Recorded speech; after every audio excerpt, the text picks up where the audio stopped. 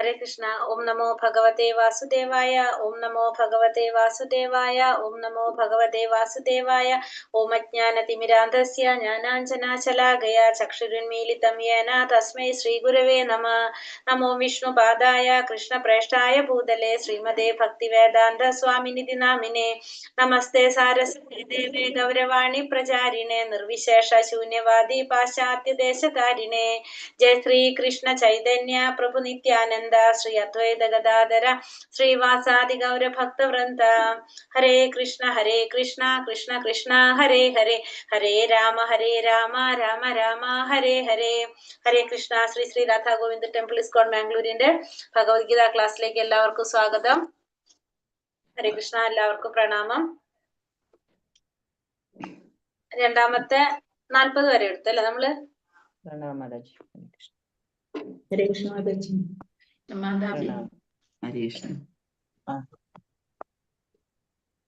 നമ്മുടെ ഹരേ കൃഷ്ണ മാതാജി. പ്രണാമം മാതാജി. ഹരേ കൃഷ്ണ. പ്രണാമം മാതാജി. നമ്മുടെ 6:30-യുടെ 2 ഗ്രൂപ്പ് ഉണ്ടായിരുന്നു നമ്മുടെ വാട്സാപ്പ് ഗ്രൂപ്പ്. അപ്പൊ നമ്മൾ ഇനി അത് ഒരു ഗ്രൂപ്പ് ആക്കാൻ പോവാണ്. അപ്പൊ അതുകൊണ്ട് രണ്ടാമത്തെ ഗ്രൂപ്പിലുള്ളവരെ ഒന്നാമത്തെ ഗ്രൂപ്പിലേക്ക് മാറ്റുന്നുണ്ടാവും. നിങ്ങൾ ശ്രദ്ധിച്ചോളൂ. L2 എന്ന് പറഞ്ഞിട്ട് ഒരു ഗ്രൂപ്പിലേക്ക് നിങ്ങൾ ആഡ് ചെയ്യേണ്ട. ഒന്നാമത്തെ ഗ്രൂപ്പിലുള്ളവർ അതിൽ തന്നെ ഇരിക്കുന്നുണ്ടാവും. രണ്ടാമത്തെവരെ അതിൽ നിന്ന് റിമൂവ് ചെയ്തിട്ട് ഇപ്പുറത്തോട്ട് മാറ്റിയിട്ടുണ്ടാവും കേട്ടോ. അതായത് ആ ഗ്രൂപ്പിൽ നിന്ന് നിങ്ങൾ എക്സിറ്റ് ആയാലും വിരോധമില്ല. കാരണം ആ ഗ്രൂപ്പ് ക്ലോസ് ചെയ്യും. ഇപ്പൊ നമ്മള് രണ്ടാമത്തെ ഗ്രൂപ്പ് 6:30 രണ്ടാമത്തെ ഗ്രൂപ്പിലുള്ളവരെ ഇപ്പുറത്തേക്ക് മാറ്റുന്നുണ്ട്. ശ്രദ്ധിച്ചോളൂ, നോക്കിക്കോട്ടോ. അപ്പൊ ആ ഗ്രൂപ്പിൽ നിന്ന് എക്സിറ്റ് അടിച്ചാലും കുഴപ്പമില്ല. ആ ഗ്രൂപ്പ് എന്തായാലും ക്ലോസ് ചെയ്യും. അല്ലെങ്കിൽ കുറച്ച് കഴിയുമ്പോൾ റിമൂവ് ചെയ്യും എല്ലാവരും അതിൽ നിന്ന്. നമ്മള് 40ാമത്തെ ശ്ലോകം വരെ നമ്മൾ എടുത്തു. 41 വരെയാണ് പറഞ്ഞിട്ടുണ്ടായിരുന്നു അല്ലെ? എന്തൊക്കെയാ നമ്മൾ ഇന്നലെ കണ്ടത്?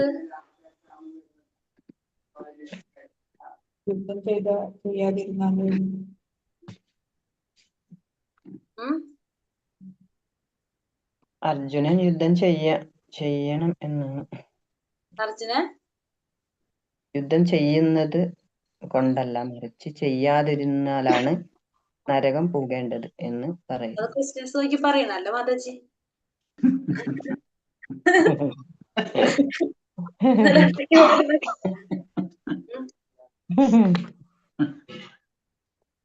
ഇരുപതാമത്തെ ശ്ലോകം തൊട്ടല്ലേ ഇന്നലെ തുടങ്ങിയത്? നിങ്ങൾ നോക്കി വരുന്നിട്ട് ഞാൻ നോക്കൂല. അപ്പൊ നിങ്ങൾ നോക്കണ്ടാവുമ്പോ പിന്നെ ഞാൻ നോക്കേണ്ടി വരും. 21ാമത്തെ എന്താ പറഞ്ഞത്? ആത്മാവ് നശിക്കാത്തവനും അജനും പരിണാമമില്ലാത്തവനുമാണ്. പിന്നെ ശരീരം എന്ന് വെച്ചിട്ടുണ്ടെങ്കിൽ ശരീരം ഉടുപ്പ് പോലെയാണ് അല്ലെ? ഒരു പഴയ ഉടുപ്പ് മാറ്റിട്ട് പുതിയ ഉടുപ്പ് എടുത്താടുന്ന പോലെയാണ് ശരീരം അല്ലെ? രാവിലെ ഒരു ഉടുപ്പ്, ഉച്ചയ്ക്ക് ഒരു ഉടുപ്പ്, വൈകുന്നേരം ഉടുപ്പ്. അതേപോലെയാണ് ആത്മാവ് ശരീരം മാറ്റുന്നത്. ഒരു ശരീരത്തിൽ മനുഷ്യനായിട്ടിരിക്കും, പിന്നത്തേല് മൃഗമായിട്ടായിരിക്കും, ചിലപ്പോ പക്ഷിയായിട്ടായിരിക്കും, ചിലപ്പോ വൃക്ഷമായിട്ടായിരിക്കും. അതിങ്ങനെ മാറിക്കൊണ്ടിരിക്കും. നമ്മൾ ഉടുപ്പുകൾ മാറ്റുന്ന പോലെയാണ് ആത്മാവ് നമ്മുടെ ശരീരം മാറ്റിക്കൊണ്ടിരിക്കുന്നത് എന്ന് പറഞ്ഞു. പിന്നെ ആത്മാവിന്റെ പ്രത്യേകതകൾ കണ്ടു. ആയുധങ്ങൾ കൊണ്ട് മുറിക്കാൻ സാധിക്കില്ല, അഗ്നി കൊണ്ട് സാധിക്കില്ല, ഒന്നും നമുക്ക് ചെയ്യാനായിട്ട് സാധിക്കില്ല. അത് അചിന്ത്യനാണ്, അദൃശ്യനാണ്, മാറ്റമില്ലാത്തവനാണ് എന്ന് പറഞ്ഞത്. എന്ത് ചെയ്യുന്നില്ല?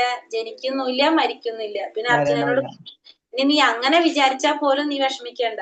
കാരണം എന്താണ്? ജനിച്ചാ മരിക്കും, മരിച്ചാ ജനിക്കും. അത് നിശ്ചയമായിട്ടുള്ള കാര്യമാണെങ്കിൽ നീ ഇപ്പൊ അങ്ങനെ ചിന്തിക്കുകയാണ്, ആത്മാവ് മരിക്കുന്നതാണെന്ന് ചിന്തിച്ചാലും നീ വിഷമിക്കേണ്ട. കാരണം ജനിച്ചാൽ തന്നെ എന്തായാലും എന്താണ് ചെയ്യണത്? എന്തായാലും മരിക്കേണ്ടി വരും എന്ന് അർജുനനോട് പറഞ്ഞു കൊടുക്കാണ് അല്ലെ? പിന്നെന്താ പറഞ്ഞത്? പിന്നെ ജീവൻ ക്ഷത്രിയൻ എന്ന നിലയ്ക്ക് നിന്റെ കർത്തവ്യം നീ ചെയ്യണം. നീ ചെയ്തില്ലെങ്കിലാണ് നിനക്ക് പാപം ഏൽക്കേണ്ടി വരുന്നത്. ചെയ്താലല്ല, ചെയ്യാതിരുന്നാലാണ് നിനക്ക് പാപം ഏൽക്കേണ്ടി വരുന്നത്. നിന്നെല്ലാവരും എന്ത് പറയും? നിന്റെ കീർത്തിയൊക്കെ നഷ്ടപ്പെടും. നിന്നെല്ലാവരും എന്ത് പറയും? നീ ഭയം കൊണ്ട് നീ അതിന്ന് മാറിന്ന് ഓടിന്നും പറയില്ല, എല്ലാവരും പറഞ്ഞു. പിന്നെന്താ പറഞ്ഞത്? പിന്നെ യുദ്ധത്തില് സാധാരണ ക്ഷത്രിയന്മാർക്ക് യുദ്ധം ചെയ്യാൻ ഭയങ്കര സന്തോഷമാണ്. കാരണം മരണം സംഭവിച്ചു കഴിഞ്ഞാൽ സ്വർഗത്തിൽ പോകാൻ സാധിക്കും, ജയിച്ചു കഴിഞ്ഞാൽ രാജ്യം കിട്ടും. അതുകൊണ്ട് എല്ലാവരും സാധാരണ ക്ഷത്രിയന്മാർക്ക് ഭയങ്കര സന്തോഷാണെന്ന് പറഞ്ഞു അല്ലെ? യുദ്ധം ചെയ്യാനായിട്ട് ഇഷ്ടമാണെന്ന് പറഞ്ഞു. പിന്നെന്താ പറഞ്ഞ? പിന്നെ അപ്പൊ യുദ്ധം ചെയ്യണം എന്നുള്ളത് അർജുനനോട് തീർത്ത് പറഞ്ഞു കൊടുത്തു. നീ എന്ത് ചെയ്തിരിക്കണം? യുദ്ധം ചെയ്തിരിക്കണം എന്ന്. അതെങ്ങനെ ചെയ്യണം എന്ന് അടുത്ത ശ്ലോകത്തിൽ പറഞ്ഞു. യുദ്ധം ചെയ്യണം. അതെങ്ങനെയായിരിക്കണം? യുദ്ധത്തിന് വേണ്ടി യുദ്ധം മാത്രം, ചെയ്യാൻ വേണ്ടി മാത്രം യുദ്ധം ചെയ്യണം.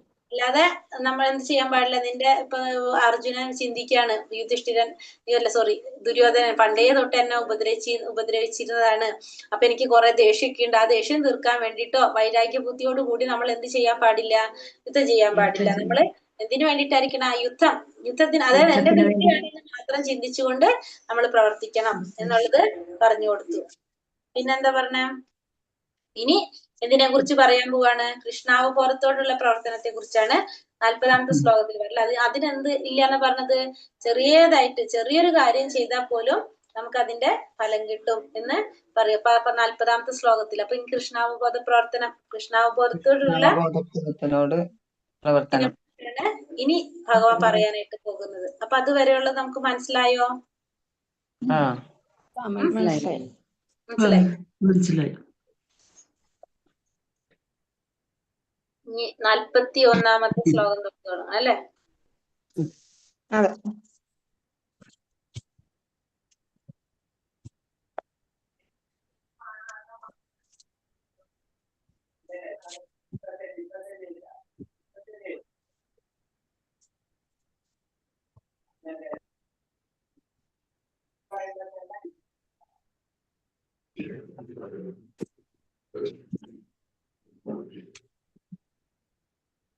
നാൽപ്പതാമത്തെ പറഞ്ഞു നമ്മള്. നേഹ 40ാമത്തെ പറഞ്ഞു അല്ലേ? കൃഷ്ണാവബോധത്തോടെ കർമ്മം ചെയ്യുന്നവർക്ക് അത് മുഴുമിപ്പിക്കാൻ കഴിഞ്ഞില്ലെങ്കിൽ കൂടി നഷ്ടമില്ല എന്ന് പറഞ്ഞു അല്ലെ? പിന്നെ 41 വ്യവസായ 41 തൊട്ടെടുക്കണം അല്ലെ? ഹരേ കൃഷ്ണ. ഓം നമോ ഭഗവതേ വാസുദേവായ. അപ്പൊ നമ്മൾ 40ാമത്തിൽ പറഞ്ഞു കൃഷ്ണാവബോധത്തോടു കൂടി പ്രവർത്തനങ്ങൾ ചെയ്യുകയാണെങ്കിൽ പ്രവർത്തിക്കണം. കൃഷ്ണാവബോധത്തെ നിഷ്ഫലമായി തീരത്തില്ല. കൃഷ്ണാവബോധത്തോടെ പ്രവർത്തനം. അതെ, കൃഷ്ണാവബോധത്തോടു കൂടി നമ്മൾ പ്രവൃത്തി ചെയ്യുകയാണെങ്കിൽ ദേഹം നശിച്ചാലും നമ്മുടെ ആ ചെയ്തതിന്റെ ഫലം നമുക്ക് ഒരിക്കലും നഷ്ടമാകുന്നില്ല. അത് അടുത്ത നമുക്ക് എന്ത് ജന്മത്തിലേക്ക് അതെന്താണ് ക്യാരി ഫോർവേഡ് ചെയ്ത് പോകാണ് അല്ലെ എന്ന് നമുക്ക് മനസ്സിലായി. അതുവരെയാണ് നമ്മള് പറഞ്ഞത്. കൃഷ്ണാവബോധത്തിലേക്ക് ആത്മീയമായ ഉത്കർഷത്തിന് അത് കൂടുതൽ അവസരം കിട്ടും. നമ്മൾ എന്ത് പറയാ, ഒന്ന് സംസ്കാര സമ്പന്നരായിട്ടുള്ള അല്ലെങ്കിൽ ബ്രാഹ്മണര കുടുംബത്തിലെ ധനികരുടെ ഗൃഹത്തിലൊക്കെ മനുഷ്യനായിട്ട് ജന്മമെടുക്കാനുള്ള അവസരം കിട്ടും എന്ന് നമുക്ക് മനസ്സിലാക്കാം. അത് പറയുന്നുണ്ട്, വേറെ അധ്യായത്തിലും വരുന്നുണ്ട്. പക്ഷെ ഇവിടെ ജസ്റ്റ് ഒന്ന് അത് പറയുന്നുണ്ട്. ഇനി അടുത്ത ശ്ലോകത്തിലേക്ക് പോകാം. ഓം നമോ ഭഗവതേ വാസുദേവായ. വ്യവസായാത്മിക ബുദ്ധി രേഖേഹ കുരുനന്ദന ബഹുശാഖ ഹന്യന്താശ്ച ബുദ്ധയോ വ്യവസായിനാം. ഈ വഴിക്ക് പോകുന്നവർ നിശ്ചയദാർഢ്യമുള്ളവരാണ്, ലക്ഷ്യവും ഒന്നു മാത്രം. കുരുനന്ദന, ദൃഢനിശ്ചയമില്ലാത്തവരുടെ ബുദ്ധിയാകട്ടെ പല ശാഖകളോട് കൂടിയതാണ്. അപ്പൊ ഏത് വഴിക്ക് പോകുന്നവരെ കുറിച്ചാണ് ഇവിടെ പറയുന്നത്? ഏത് വഴിക്ക് പോകുന്നവരെ കുറിച്ചാണ് പറയുന്നത്? ഏത് വഴിക്ക് പോകുന്നവരെ കുറിച്ചാ? സ്ഥിരബുദ്ധിയോടുകൂടി കൃഷ്ണാവബോധത്തിൽ കർമ്മം ചെയ്യുന്നവരോട്. കൃഷ്ണാവബോധത്തോടെ പ്രവർത്തിക്കുന്നവരെ കുറിച്ചാണ് പറയുന്നത് അല്ലെ? കൃഷ്ണാവബോധത്തോടെ ചെയ്യുന്നവരുടെ ബുദ്ധി, അവരെ കുറിച്ചാണ് പറയുന്നത്. കൃഷ്ണാവബോധത്തോടെ ചെയ്യുന്നവര് ദൃഢനിശ്ചയമുള്ളവരാണ്, നിശ്ചയദാർഢ്യമുള്ളവരാണ്. അവരുടെ ലക്ഷ്യം ഒന്ന് മാത്രം. ആരാണ്? ഭഗവാൻ. അവരുടെ ഒരേ ഒരു ലക്ഷ്യമുള്ളൂ, ഭഗവാൻ. പക്ഷെ ദൃഢനിശ്ചയമില്ലാത്തവർക്കാണെങ്കിലോ അവർക്ക് പല ശാഖകളുണ്ട്. അവർക്ക് ഭഗവാൻ മാത്രമല്ല, അവർക്ക് ഏത് വിലയ്ക്ക് വേണമെങ്കിലും അവര് പോകാം. അതുകൊണ്ട് കൃഷ്ണാവബോധത്തോടെ പോകുന്നവർക്ക് ഓരോ ലക്ഷ്യമുള്ളൂ. അതുകൊണ്ട് അവർ ദൃഢനിശ്ചയമുള്ളവരാണ്. അവരുടെ ലക്ഷ്യം ഒന്ന് തന്നെയാണ്. മറ്റുള്ളവരുടെ ബുദ്ധി പല ശാഖകളിലോട് കൂടിയതാണ്. കൃഷ്ണാവബോധത്തിലൂടെ ജീവിത പരിപൂർണതയുടെ ഔന്നത്യത്തിലേക്ക് ഉയർത്തപ്പെടുന്ന ഒരാളുടെ ദൃഢമായ വിശ്വാസത്തെ വ്യവസായാത്മിക ബുദ്ധി എന്ന് പറയുന്നു. പൂർവ്വജന്മങ്ങളിൽ ചെയ്ത നല്ലതോ ചീത്തയായ കർമ്മങ്ങളുടെ ഫലാനുഭവങ്ങളെ കാമ്യകർമ്മങ്ങൾ എന്ന് പറയുന്നു. അപ്പൊ കൃഷ്ണാവബോധത്തോടെ നമ്മുടെ ജീവിതത്തില് നമ്മുടെ ജീവിത പരിപൂർണതയുടെ ഉയർത്തുന്ന ആ ഒരു വിശ്വാസം, അതാണ് എന്ത് വ്യവസായികാത്മിക ബുദ്ധി എന്ന് പറയുന്നത്. പൂർവ്വജന്മങ്ങളില് നമ്മൾ ചെയ്ത കർമ്മങ്ങൾ അത് നല്ലതാകാം ചീത്തയാകാം, അത്തരത്തിലുള്ള കർമ്മത്തിന്റെ ഫലങ്ങൾ അനുഭവിക്കുക. അതാണ് എന്ത് കാമ്യകർമ്മം എന്ന് പറഞ്ഞാല് ഫലം ആഗ്രഹിച്ചുകൊണ്ട് കർമ്മം ചെയ്യുക. അതിനാണ് കാമ്യകർമ്മങ്ങൾ എന്ന് പറയുന്നത്. കൃഷ്ണാവബോധത്തിൽ സ്ഥിതി ചെയ്യുന്ന ഒരാളുടെ എല്ലാ പ്രവൃത്തികളും നിരപേക്ഷ തലത്തിലാണ്. അവയ്ക്ക് നന്മ തിന്മകൾ എന്ന ഇരുഭാവങ്ങളില്ല. അപ്പൊ കൃഷ്ണാവബോധത്തോടെ പ്രവർത്തിക്കുന്ന ഒരു വ്യക്തിയെ സംബന്ധിച്ച് എങ്ങനെയാണ്? നിരപേക്ഷ തലത്തിൽ. അതിന് നല്ലതും ചീത്തയും ഒന്നുള്ളൊരു സംഭവം ഇല്ല, രണ്ടും ഒരേപോലെ, ഇരുഭാവങ്ങളില്ല. നമ്മൾ സമനിലയോടെയാണ് കാണുന്നത്. കൃഷ്ണാവബോധത്തിൽ പ്രവർത്തിക്കുന്ന ഒരാൾക്ക് വ്യക്തി, കുടുംബം, സമൂഹം, രാഷ്ട്രം, മനുഷ്യ സമുദായം എന്ന് വേണ്ട ഏവർക്കും ഉത്തമമായ സേവനം അർപ്പിക്കാൻ സാധിക്കും. ഒരാളുടെ പ്രവർത്തനം കൊണ്ട് കൃഷ്ണൻ സംതൃപ്തനാണെങ്കിൽ എല്ലാവരും സന്തുഷ്ടരായിക്കൊള്ളും. ഇപ്പോ ഒരാളുടെ പ്രവർത്തനം കൊണ്ട് ഭഗവാൻ സംതൃപ്തനായി കഴിഞ്ഞാൽ എല്ലാവരെയും സംതൃപ്തിപ്പെടുത്താൻ ആർക്ക് സാധിക്കും? കൃഷ്ണാവബോധത്തിൽ പ്രവർത്തിക്കുന്ന ഒരു വ്യക്തിക്ക് സാധിക്കും. ആ വ്യക്തിക്ക് കുടുംബത്തിലും സമൂഹത്തിലും രാഷ്ട്രത്തിലും സമുദായത്തിലും എന്ന് വേണ്ട എല്ലാവരുടെയും ഉത്തമമായിട്ടുള്ള ഒരു സേവനം സമർപ്പിക്കാനായിട്ട് ആ വ്യക്തിക്ക് സാധിക്കും. കാരണം ഭഗവാനെ സന്തോഷിപ്പിക്കാൻ ആ വ്യക്തിക്ക് സാധിക്കാണ്. ഭഗവാൻ സന്തുഷ്ടനാണ് ആ വ്യക്തിയുടെ പ്രവർത്തനങ്ങൾ കൊണ്ടെങ്കിൽ ആ വ്യക്തിയുടെ പ്രവർത്തനങ്ങൾ കൊണ്ട് എല്ലാവർക്കും സന്തോഷം ഉണ്ടാകും. അപ്പൊ എല്ലാവരെയും സന്തോഷിപ്പിക്കാൻ ആർക്ക് സാധിക്കും? കൃഷ്ണാവബോധത്തിൽ പ്രവർത്തിക്കുന്ന ഒരു വ്യക്തിക്ക് സാധിക്കും. കൃഷ്ണന്റെ ഉത്തമ പ്രതിനിധിയായ ഒരു ആധ്യാത്മിക ഗുരുവിന്റെ വിദഗ്ധമായ ശിക്ഷണത്തിലൂടെ മാത്രമേ കൃഷ്ണാവബോധ സേവനം ഭംഗിയായി അനുഷ്ഠിക്കാൻ കഴിയൂ. ഗുരുവിന്റെ പ്രസാദത്തിൽ ഭഗവാൻ പ്രസാദിക്കുന്നു. യസ്യ പ്രസാദാത് ഭഗവത് പ്രസാദ എന്ന് പറയുന്നത്. യസ്യ പ്രസാദാത് ഭഗവത് പ്രസാദ, അല്ലെങ്കിൽ ഇതില്ല, ഭഗവാൻ പ്രസാദിക്കുന്നില്ല എന്ന് പറയുന്നത്. കൃഷ്ണന്റെ ഉത്തമ പ്രതിനിധിയായിട്ടുള്ള ഒരു ആധ്യാത്മിക ഗുരുവിന്റെ വിദഗ്ധമായ ശിക്ഷണത്തിലൂടെ നമുക്ക് എന്ത് സാധിക്കും?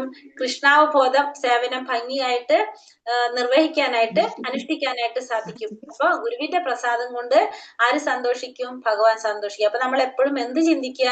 നമ്മൾ നേരിട്ട് കാണുന്നത് ഗുരുവിനാണ്. ആ ഗുരുവിനെ സന്തോഷിപ്പിക്കാൻ നമ്മൾ നോക്കാം. അപ്പൊ ഗുരുവിനെ സന്തോഷിപ്പിക്കാൻ നോക്കിയാൽ ഓട്ടോമാറ്റിക്കലി ആര് സന്തോഷിക്കും? ഭഗവാൻ സന്തോഷിക്കും. യാമി പുഷ്പിതാം വാചം പ്രവദന്ത്യാ വിപശ്ചിതഃ വേദാവാദാരഥാ പാർത്ഥ നാന്യദസ്തീതി വാദിനാം കാമാത്മാനാ സ്വർഗപരാ ജന്മ കർമാ ഫലപ്രദാം ക്രിയാവിശേഷ ബഹുലാം ഭോഗൈശ്വര്യാഗതീം പതി. സ്വർഗലോക പ്രാപ്തി, ധാന്യമായ പുനർജന്മം, പ്രഭാവം എന്നിവയ്ക്ക് വേണ്ടി വിവിധ കർമ്മങ്ങൾ ഫലകാംക്ഷയോടെ ചെയ്യാൻ നിർദ്ദേശിക്കുന്ന വേദസൂക്തങ്ങളാൽ ബുദ്ധികൾ അല്പം അത്യന്തം ആസക്തരാകുന്നു. ഇന്ദ്രിയ സുഖപൂർത്തിയെയും ഐശ്വര്യ ജീവിതത്തെയും ആഗ്രഹിക്കുന്നവർ അവയേക്കാൾ ഉത്കൃഷ്ടമായി ഒന്നുമില്ലെന്ന് വാദിക്കുന്നു. അപ്പൊ സ്വർഗപ്രാപ്തി, ധന്യമായ പുനർജന്മം, പിന്നെന്താണ്? പ്രഭാവം, പുനർജന്മം, പ്രഭാവം എന്നിവയ്ക്ക് വേണ്ടി വിവിധ കർമ്മങ്ങൾ ഫലകാംക്ഷയോടെ ചെയ്യാൻ നിർദ്ദേശിക്കുന്ന അല്പബുദ്ധികള്, വേദ സൂക്തങ്ങളാൽ അല്പബുദ്ധികൾ അത്യന്തം ആസക്തരാകുന്നു. അപ്പൊ വേദങ്ങളിൽ പറഞ്ഞിരിക്കുന്ന ഏതൊക്കെ പറഞ്ഞത് ഇവിടെ? സ്വർഗപ്രാപ്തി, ധന്യമായിട്ടുള്ള പുനർജന്മം, പ്രഭാവം എന്നിവയ്ക്ക് കിട്ടാൻ വേണ്ടി നമ്മൾ എന്താണ്? കർമ്മങ്ങൾ, പലതരത്തിലുള്ള കർമ്മങ്ങള് ഫലം ആഗ്രഹിച്ചുകൊണ്ട് ചെയ്യുന്ന വേദസൂക്തങ്ങളാൽ അല്പബുദ്ധികൾ അത്യന്തം ആസക്തരാകും. അപ്പൊ നമ്മളെ വേദശാസ്ത്രങ്ങളിൽ കർമ്മകാന്ഡം അങ്ങനെ ഉണ്ടല്ലോ. ഈ കർമ്മകാന്ഡ പ്രകാരമൊക്കെ നമ്മൾ എന്ത് ചെയ്യാണ്? നമ്മൾ കർമ്മം ചെയ്യുമ്പോൾ ഫലം കിട്ടുന്നുണ്ടല്ലോ, അതിന്റെ ഫലം ആഗ്രഹിച്ചുകൊണ്ട് നമ്മൾ കർമ്മം ചെയ്യുമ്പോൾ അതില് നമ്മൾ ആസക്തരാകാണ് ചെയ്യുന്നത്. നമ്മൾ സ്വർഗം കിട്ടാൻ വേണ്ടിയിട്ട്, പുനർജന്മം, ധന്യമായിട്ടുള്ള പുനർജന്മത്തിന് വേണ്ടിയിട്ട്, പ്രഭാവം എന്ന് വെച്ചാൽ എന്താണ്? നമ്മുടെ പ്രഭാവം എന്ന് വെച്ചാൽ എന്താ പറയാ? ഐശ്വര്യങ്ങളൊക്കെ പറയല്ലേ, നമ്മൾ നല്ല നല്ല ഐശ്വര്യത്തോടെ ജീവിക്കാനായിട്ട്, അങ്ങനെയാണോ ഉദ്ദേശിക്കുക? അല്ലെ, പ്രഭയോട് കൂടിയിരിക്കാന്നൊക്കെ പറയില്ലേ അങ്ങനെ. അപ്പൊ അങ്ങനെയൊക്കെ നമുക്ക് ചെയ്യാൻ വേണ്ടിയിട്ട് നമ്മൾ എന്ത് ചെയ്യും?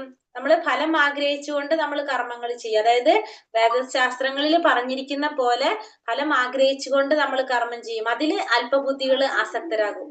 അപ്പോ ഇന്ദ്രിയ സുഖത്തിന്റെയും ഐശ്വര്യത്തിന്റെ ജീവിതത്തിന്റെയും ആഗ്രഹിക്കുന്നവർ അവയേക്കാൾ ഉത്കൃഷ്ടമായി ഒന്നുമില്ലെന്ന് ബാധിക്കും. അപ്പൊ അവരെന്താ ചിന്തിക്കുന്നത്? ഈ ഇന്ദ്രിയ സുഖവും പിന്നെ അതുപോലെ തന്നെ ഐശ്വര്യമായ ജീവിതവും അത് ആഗ്രഹിക്കുന്നവര് അതിനേക്കാൾ ശ്രേഷ്ഠമായിട്ട് വേറെ ഒന്നുമില്ല എന്നാണ് അവര് വാദിക്കുക. കാരണം അവർക്ക് എന്ത് കിട്ടുന്നില്ല? ഈ ഒരു പരമാനന്ദം അവർക്ക് അറിയാത്തത് കൊണ്ട് തന്നെ അവരെ ധാരണ എന്താണ്? അതാണ് ഏറ്റവും വലിയൊരു സുഖം എന്ന് അവര് വാദിക്കും. സാധാരണ മനുഷ്യർ അറിവില്ലായ്മ കാരണം വേദങ്ങളുടെ കർമ്മകാണ്ഡങ്ങളിൽ നിർദ്ദേശിക്കപ്പെടുന്ന ഫലേച്ഛാപൂർവങ്ങളായ കർമ്മങ്ങളാൽ അവർ എത്രയും ആസക്തരാകുന്നു. അനുഭവജ്ഞാനം കുറഞ്ഞ അക്കൂട്ടർക്ക് കൃഷ്ണാവബോധത്തോടെ സുനിശ്ചിത കർമ്മത്തിൽ മനസ്സുറപ്പിക്കാൻ പ്രയാസം കൂടും. അപ്പൊ അറിവില്ലായ്മ കൊണ്ടാണ് നമ്മൾ എന്ത് ചെയ്യുന്നത്? ശാസ്ത്രങ്ങളിൽ പറയുന്ന കർമ്മകാണ്ഡങ്ങളിൽ നിർദ്ദേശിച്ചിരിക്കുന്ന ഫലം ആഗ്രഹിച്ചു കൊണ്ടുള്ള കർമ്മങ്ങളൊക്കെ നമ്മൾ ചെയ്തു പോകുന്നതും അതിലേക്ക് ആസക്തരാകുന്നതും. അപ്പൊ നമുക്ക് ഈ പറഞ്ഞ പോലെ പുനർജന്മധന്യമായിട്ടുള്ള പുനർജന്മങ്ങൾ കിട്ടാം. പിന്നെ അതുപോലെ തന്നെ നല്ല കുടുംബങ്ങളിൽ ജനനം, സ്വർഗപ്രാപ്തി, ഇതൊക്കെ നമുക്ക് കിട്ടാം. പക്ഷെ എന്താണ്, അനുഭവജ്ഞാനം കുറഞ്ഞ ഇക്കൂട്ടര് കൃഷ്ണാവബോധത്തില് പ്രവർത്തിക്കാനായിട്ട് പ്രയാസം കൂടുതലായിരിക്കും. കാരണം എന്തുകൊണ്ടാണ്? അവര് ആ ഇന്ദ്രിയങ്ങളെ സംതൃപ്തിക്ക് വേണ്ടിയിട്ടാണ് അവര് കർമ്മം ചെയ്തുകൊണ്ടിരിക്കുന്നത്. ഭോഗൈശ്വര്യ പ്രസക്താനാം തയാ ബഹൃത ചേതസാം വ്യവസായാത്മിക ബുദ്ധി സമാധൗന വിധീയതേ.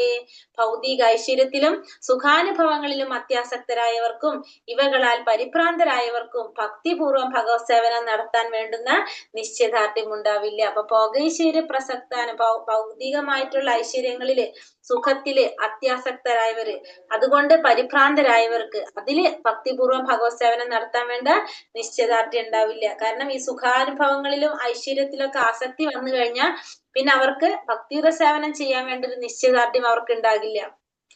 നമുക്ക് സമാധി എന്ന് വെച്ചാൽ എന്താണ്? ഉറച്ച മനസ്സ്. നമുക്കൊരു ഉറച്ച മനസ്സ് അതില് ആവശ്യമാണ്. ത്രൈഗുണ്യ വിഷയ വേദ നിസ്ത്രൈഗുണ്യോ ഭവാർജുന നിർദ്ദന്തോ നിത്യസത്വസ്ഥോ നിർയോഗക്ഷേമ ആത്മവാൻ. പ്രകൃതിയുടെ 3 ഗുണങ്ങളാണ് വേദങ്ങളുടെ മുഖ്യ വിഷയം. അപ്പൊ ഭൗതിക പ്രകൃതിയുടെ 3 ഗുണങ്ങൾ, സത്വ രജോ തമോ ഗുണങ്ങളാണ് വേദങ്ങളുടെ മുഖ്യ വിഷയം. അർജുന, നീ അവയെ അതിക്രമിക്കണം. ദ്വന്ദ്ങ്ങളിൽ നിന്നും ലാഭനഷ്ടങ്ങളെ കുറിച്ചുള്ള ഉത്കണ്ഠകളിൽ നിന്നും തികച്ചും മുക്തനായി ആത്മാവിൽ മനസ്സുറപ്പിക്കുക. അപ്പൊ ഭഗവാൻ അർജുനനോട് ഉപദേശിക്കുകയാണ്, അർജുന നീ എന്ത് ചെയ്യണം? ഈ ദ്വന്ദ്ങ്ങളെ നീ അതിക്രമിക്കാനായിട്ട് ശ്രമിക്കണം. ലാഭനഷ്ടങ്ങളെ കുറിച്ചുള്ള ഉത്കണ്ഠകളിൽ നിന്നും മുക്തനായി നീ ആത്മാവിൽ മനസ്സുറപ്പിക്കുക. അതായത് ഈ 3 ഗുണങ്ങൾ അല്ലെ, ത്രിഗുണങ്ങളെ അതിക്രമിക്കാനായിട്ട് നിനക്ക് സാധിക്കണം. ആ ദ്വന്ദ്ങ്ങളിൽ നിന്ന് നീ മോചിതനാകാനായിട്ട്, അതിക്രമിക്കാനായിട്ട് നീ ശ്രമിക്കണം. ലാഭനഷ്ടങ്ങളെ കുറിച്ചുള്ള ഉത്കണ്ഠകൾ ഉണ്ടാവാൻ പാടില്ല. അങ്ങനെ മുക്തനായിട്ട് നീ എന്ത് ചെയ്യണം? ആത്മാവിൽ മനസ്സുറപ്പിക്കണം. വേദങ്ങളുടെ മുഖ്യ വിഷയം എന്ന് പറയുന്നത് ഭൗതിക പ്രകൃതിയുടെ 3 ഗുണങ്ങളാണ്. അതിനെ അതിക്രമിക്കാനായിട്ട് പഠിക്കണം. അർജുനൻ അതീന്ദ്രിയ മേഖലയിലേക്ക് ഉയരണമെന്നാണ് ഭഗവാൻ ഇവിടെ ഉപദേശിക്കുന്നത്. കാരണം ഈ 3 ഗുണങ്ങളെ മറികടക്കണം. അതാണ് അർജുനനോട് പറയുന്നത് ഭഗവാൻ. അതിനായുള്ള ആദ്യത്തെ കാൽവെപ്പാണ് ബ്രഹ്മജിജ്ഞാസ അഥവാ സർവോന്നതമായതിനറിയാനുള്ള ആഗ്രഹം. ബ്രഹ്മജിജ്ഞാസ, ബ്രഹ്മത്തെ കുറിച്ച് അല്ലെ, എന്താ പറയാ, ആ സർവോന്നതനായിട്ടുള്ള ആ പരമസത്യത്തെ കുറിച്ച് അറിയാനുള്ള ആഗ്രഹം, അതാണ് ആദ്യത്തെ കാൽവെപ്പ് എന്ന് പറയുന്നത്. സുഖദുഃഖങ്ങളെയും ശീതോഷ്ണങ്ങളെയും പോലുള്ള ദ്വന്ദ്ങ്ങളെ തിദീക്ഷയോടെ നേരിടാൻ പരിശീലിക്കണം. അങ്ങനെ ദ്വന്ദ്ങ്ങളെ സഹിക്കാൻ കഴിവ് നേടി ലാഭനഷ്ടങ്ങളെ കുറിച്ചുള്ള ഉത്കണ്ഠയിൽ നിന്നും മുക്തനാകണം. അപ്പൊ നമ്മൾ എന്ത് ചെയ്യണം? സുഖവും ദുഃഖവും ശീതോഷ്ണങ്ങള്, ഈ പറഞ്ഞ ദ്വന്ദ്ങ്ങളിൽ നിന്ന് നമുക്ക് നേരിടാനായിട്ട്, അതിനെ മറികടക്കാൻ നമുക്ക് സാധിക്കണം. അതിനെ സഹിക്കാനുള്ള കഴിവ് നേടണം. അതില് നമുക്ക് എന്ത് വേണം? നമ്മൾ ആ ലാഭനഷ്ടങ്ങളെ കുറിച്ച് ഉത്കണ്ഠയിൽ നിന്നെല്ലാം നമ്മൾ മുക്തനാകാനായിട്ടും നമ്മൾ ശ്രമിക്കണം. അതാണ് നമ്മുടെ ഫസ്റ്റ് നമ്മൾ ചെയ്യേണ്ടത്. എന്താണ്? ഇത്തരത്തിലുള്ള ദ്വന്ദ്ങ്ങളിൽ നിന്ന് മുക്തനാകാനായിട്ട് ശ്രമിക്കണം. അതെങ്ങനെയാ സാധിക്കുക? തികഞ്ഞ കൃഷ്ണാവബോധത്തോടെ ജീവിക്കുന്നവർക്ക്, കൃഷ്ണന്റെ കരുണയെ മാത്രം ആശ്രയിക്കുന്നവർക്ക് ഈ അതീന്ദ്രിയാവസ്ഥ ലഭ്യമാകും. അപ്പൊ ഇത് ചെയ്യണമെങ്കിൽ നമുക്ക് എന്ത് വേണം? കൃഷ്ണാവബോധത്തോടെ ജീവിക്കുന്നവർക്ക്, ഭഗവാന്റെ കരുണയെ ആശ്രയിക്കുന്നവർക്ക് ഇത്തരത്തിലുള്ള ദ്വന്ദ്ങ്ങളിൽ നിന്നെല്ലാം മറികടക്കാനായിട്ട് സാധിക്കും. യാവാനാർത്ഥ ഉത്പാനെ സർവതാ സംപ്ലുതോതകേ താവാൻ സർവേഷു വേദേഷു ബ്രഹ്മണസ്യ വിജാനതഃ. ഒരു കൊച്ചുകുളത്തിന് നിറവേറ്റാൻ സാധിക്കുന്ന ആവശ്യങ്ങളെല്ലാം വലിയൊരു ജലസംഭരണി കൊണ്ട് നിർവഹിക്കാം. അതുപോലെ വേദങ്ങളാൽ അധിഷ്ഠിതമായതെന്തും അവയുടെ ഉൾപ്പൊരുൾ അറിയുന്നത് കൊണ്ട് നേടാവുന്നതാണ്. അപ്പൊ നമ്മള് കൊച്ചുകുളത്തിന് ചെയ്യാൻ സാധിക്കുന്ന കാര്യങ്ങൾ ഒരു വലിയ ജലസംഭരണി കൊണ്ട് നമുക്ക് ചെയ്യാനായിട്ട് സാധിക്കും. അതുപോലെ തന്നെ വേദങ്ങളിൽ പറഞ്ഞിരിക്കുന്ന കാര്യങ്ങളെല്ലാം നമുക്ക് എങ്ങനെ നേടാൻ സാധിക്കും? അതിന്റെ ഉൾപ്പൊരുൾ അറിയുന്നത് കൊണ്ട്. എല്ലാ വേദങ്ങളുടെ ലക്ഷ്യം എന്താണ്? ഭഗവാനാണ്. അത് മനസ്സിലാക്കി കഴിഞ്ഞാൽ നമുക്ക് നേടാനായിട്ട് സാധിക്കും. അത് നേടാൻ, അതിന്റെ ഉൾപ്പൊരുൾ അറിഞ്ഞാൽ നമുക്ക് നേടാനായിട്ട് സാധിക്കും. അതിന്റെ ഉൾപ്പൊരുൾ അറിയാന്ന് വെച്ചിട്ടുണ്ടെങ്കിൽ എന്താണ്, എല്ലാ വേദങ്ങളും എല്ലാതും എന്തിലേക്കാണ് നമ്മളെ കൊണ്ടുപോകുന്നത്? ഭഗവാനിലേക്കാണ് കൊണ്ടുപോകുന്നത്. എല്ലാത്തിന്റെയും അടിസ്ഥാന ലക്ഷ്യം എന്ന് പറയുന്നത് ഭഗവാനാണ്. അപ്പൊ അത് ആ വേദങ്ങളിൽ അധിഷ്ഠിതമായത് എന്താണെന്നുള്ളത് അതിന്റെ ഉൾപ്പൊരുൾ അറിഞ്ഞു കഴിഞ്ഞാൽ നമുക്ക് മനസ്സിലാക്കാനായിട്ട് നേടാനായിട്ട് സാധിക്കും. ആത്മസാക്ഷാത്കാരം എന്നാൽ കൃഷ്ണനെയും കൃഷ്ണനും താനും തമ്മിലുള്ള ശാശ്വത ബന്ധത്തെയും കുറിച്ച് അറിയുകയാണ്. അപ്പൊ ആത്മസാക്ഷാത്കാരം നേടാന്ന് പറഞ്ഞു കഴിഞ്ഞാൽ നമ്മൾ പറഞ്ഞില്ലേ, എല്ലാ വേദശാസ്ത്രങ്ങളും നമ്മുടെ സാക്ഷാത്കാരത്തിലേക്കാണ് കൊണ്ടുപോകുന്നത്. ആത്മസാക്ഷാത്കാരം എന്ന് വെച്ചാൽ എന്താണ്? ഭഗവാനും താനും തമ്മിലുള്ള ശാശ്വതമായ ബന്ധം അതറിയാന്നുള്ളതാണ് എല്ലാത്തിന്റെയും അടിസ്ഥാന ലക്ഷ്യം. അത് മനസ്സിലാക്കി കഴിഞ്ഞാൽ നമുക്കത് എളുപ്പത്തിൽ ചെയ്യാനായിട്ട് സാധിക്കും.